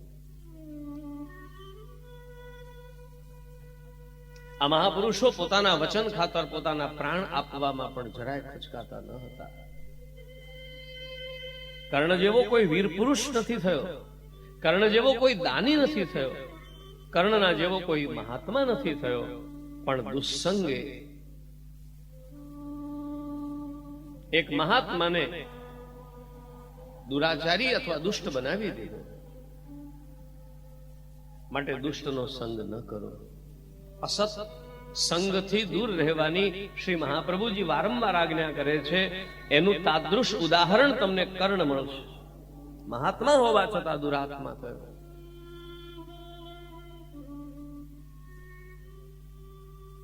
શ્રી કૃષ્ણે કહ્યું, અર્જુન શું જોઈ રહ્યો છું? માર. અર્જુને માર્યો, કર્ણ મર્યો. કર્ણને પણ મુક્તિ મળી છે. ભાગવતજીમાં તો એવું લખ્યું છે, અર્જુનના બાણથી જે મર્યા છે તે મુક્તિ પામ્યા છે. पार्थास्त्र पूता, अर्जुन के बाण इनको मार नहीं रहे हैं, अर्जुन के बाण इनकी धुलाई कर रहे हैं, इनके दोष धो रहे हैं. अर्जुनના બાણથી જે ઘવાયા, જે મર્યા, બધા મોક્ષ પામ્યા. પછી આવે છે શલ્ય પર્વ. બહુ નાનકડું પર્વ છે. છેલ્લી સેનાનો સેનાપતિ થયો શલ્ય. આને મારવાની કોઈ લાંબી કથા નથી. આ સહેલાઈથી મર્યો છે. આ કોઈ મોટો માણસ ન હતો. હવે દુર્યોધન સંતાઈ ગયો.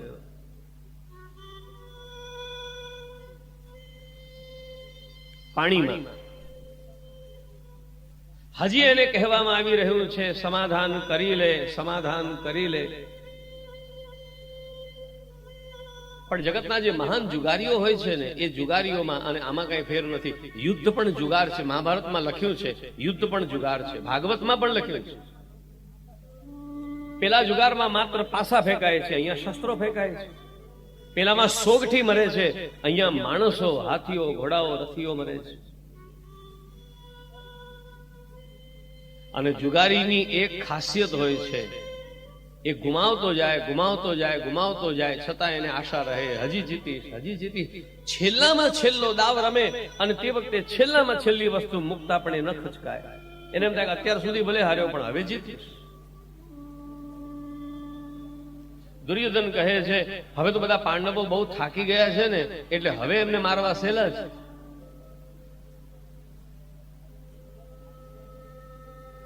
ભગવદ આજ્ઞાથી વિરુદ્ધ જવાનું પરિણામ જુઓ. 11 અક્ષૌહિણી સેનામાં 11 માણસો પણ બચ્યા નથી, માત્ર 4 માણસો બચ્યા છે. 11 અક્ષૌહિણી સેના એટલે કેટલા લાખો માણસો થયા.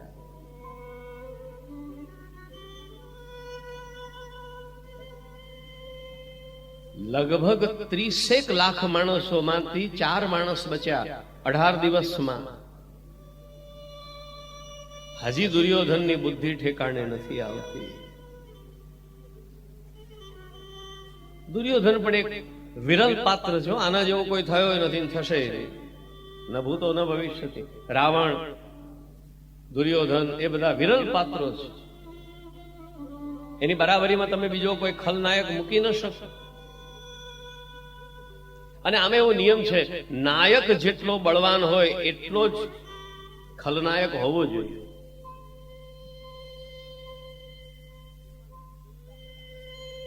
સ્કૂલમાં નક્કી કર્યું કે આપણે રામાયણ ભજવવું છે, રામલીલા. તો બધા છોકરાઓને નક્કી કર્યા કે આ છોકરો રામ બને, આ રાવણ બને, આ સીતા બને, આ હનુમાન બને. આમ જેને જેવા યોગ્ય લાગે હવે બનાવે.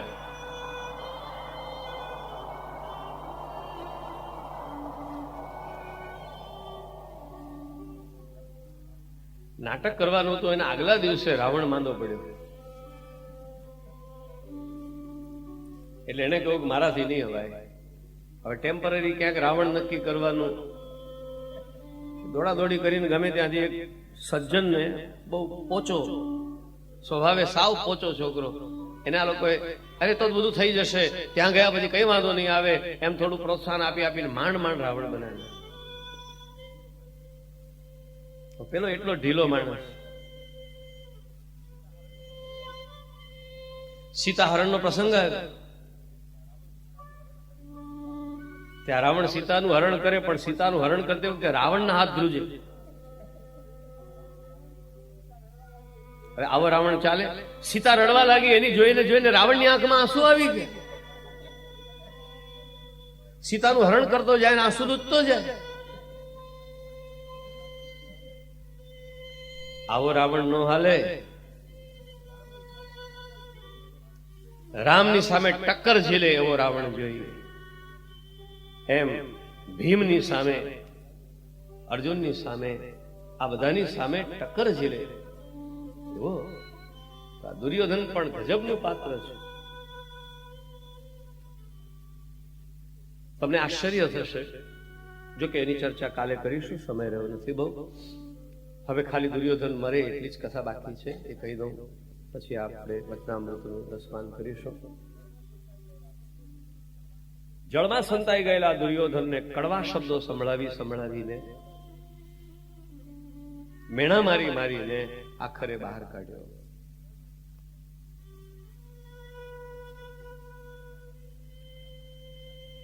કહેવા લાગ્યો, અરે તમે બધા પાંચે ભેગા થઈને મને મારવા આવ્યા, એમાં શું પરાક્રમ કહેવાય? એક એક કરીને મારી સામે આવી જાઓ તો બતાવી દો. યુધિષ્ઠિર થોડા ફૂલાઈ ગયા. માણસનું વ્યક્તિત્વ જેટલું નબળું હોય એટલો એ પ્રશંસાથી ફૂલાઈ જાય અને નિંદાથી હતાશ થઈ જાય. ગીતા કહે છે માણસ તો એવો હોવો જોઈએ, ન એને પ્રશંસા અસર કરે અને ન એને નિંદા અસર કરે. તુલ્ય નિંદા સ્તુતિર મૌની. પ્રશંસા પણ તમારી પાસે આવે અને ટકરાઈને પાછી જાય, તમને વિચલિત ન કરે. અને નિંદા પણ તમારી પાસે આવે અને તમને ટકરાઈને પાછી જાય, તમારી કાંકરી પણ ન ખેરવે, તો જ તમે સાચા મનુષ્ય થયા. આ બાર આવી ગઈ. યુધિષ્ઠિર પણ ફૂલાઈ ગયા. યુધિષ્ઠિરે કહ્યું, અમારા પાંચમાંથી ગમે તે એકની સાથે તું લડ અને અમારા પાંચમાંથી એકાદને પણ તું હરાવે તો હું તને રાજ પાછું આપી દઉં. શ્રી કૃષ્ણ આ વખતે જેટલા ક્રોધી થયા છે એટલા ક્યારેય નથી થયા. શ્રી કૃષ્ણ ઉભા થઈ ગયા, મોટા ભાઈ ભાન છે કે નહીં, શું બકો છો? હજી આ તકે પણ જુગાર રમો છો? પાંચમાંથી ગમે તેને ઉઠાવો. તમને ભાન છે કે આ દુર્યોધનની સામે ભીમ સિવાય કોઈ ટકી શકે તેમ નથી. અને ભીમ પણ દુર્યોધનને તો જ મારી શકશે કે જો એ ધર્મના નિયમોને થોડા હટાવી દે. યુદ્ધના નિયમોને હટાવીને, એટલે કે થોડું નિયમ તોડીને મારશે તો ભીમ મારી શકશે, બાકી ભીમ પણ નહીં મારી શકે. 13 વર્ષ સુધી લોખંડનું પૂતળું બનાવી અને આણે પ્રયાસ કર્યો છે, રિયાઝ કર્યો છે. ભીમનું પૂતળું બનાવી લોખંડનું અને એની સાથે લડ્યો છે દુર્યોધન 13 વર્ષો સુધી, કે 13 વર્ષે આ પાછા આવે એટલે હું એને મારું. અને તમે કહો છો ગમે તેને માર. ભાન છે કે નહીં?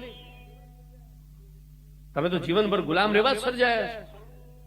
ભગવાન આવું બોલ્યા છે. છેવટે ભીમ અને દુર્યોધનનું ભીષણ યુદ્ધ થયું. બલરામજી પણ એ યુદ્ધને જોવા માટે પધાર્યા છે, કારણ કે બંનેના ગુરુ બલરામજી છે. દુર્યોધનને પણ ગદા યુદ્ધમાં એમણે તૈયાર કર્યો છે, ભીમને પણ એમણે તૈયાર કર્યો છે.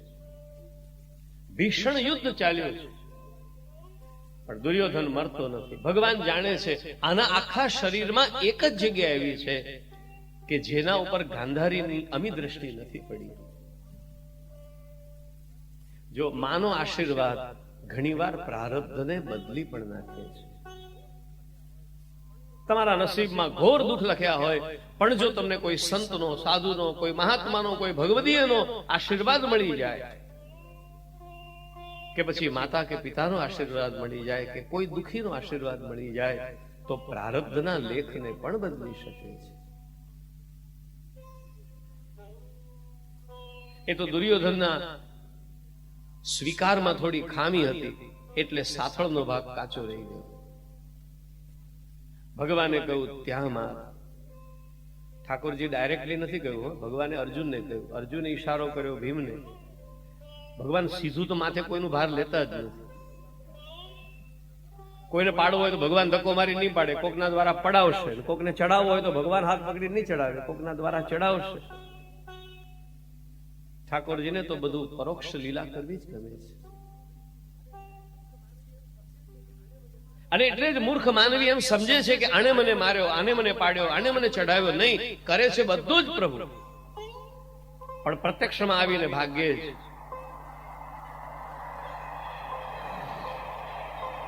સાથળ ઉપર પ્રહાર કરતાની સાથે દુર્યોધન ઢળી પડ્યો.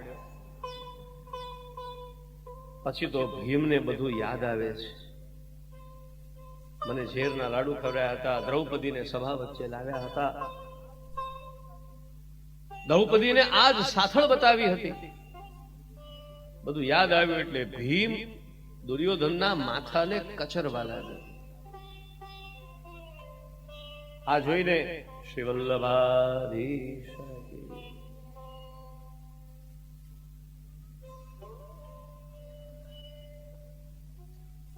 રામજી ખૂબ ખીજાયા પણ ખરા. પણ કોઈ ગમે એટલું ખીજાયું હોય એને ઠંડા પાડતા પછી આપણા પ્રભુને પણ ઘણું સારું આવડે છે. આ રીતે ગદા પર્વનો પ્રસંગ પણ પૂરો થયો. આજે તમે 3 પર્વની કથા સાંભળી. કર્ણ પર્વ, શલ્ય પર્વ અને ગદા પર્વ. દુર્યોધન મર્યો પછી તો યુદ્ધ પતી ગયું. 18મા દિવસે આ યુદ્ધ પૂરું થયું. હા, દ્રૌપદીના 5 પુત્રોને અને દૃષ્ટદ્યુમ્નને અશ્વત્થામાએ છુપાઈને માર્યા. એ કથા આગળ આવશે. એને સૌપ્તિક પર્વ કહે છે. એ આપણે પૂજ્યજીના મુખારવિંદથી શ્રવણ કરીશું. તો અહીંયા આપણો મહાભારતનો 18 દિવસનો યુદ્ધનો ક્રમ પૂરો થયો. આપણે ત્યાં તો 18 દિવસ એમ કેમ ગયા. હવે જે કંઈ આવે છે તો યુદ્ધ પછીની વાતો છે અને એ બધું આપણે આગળ ઉપર જોઈશું. બોલો શ્રી ગોવર્ધન વલ્લભાધીશ.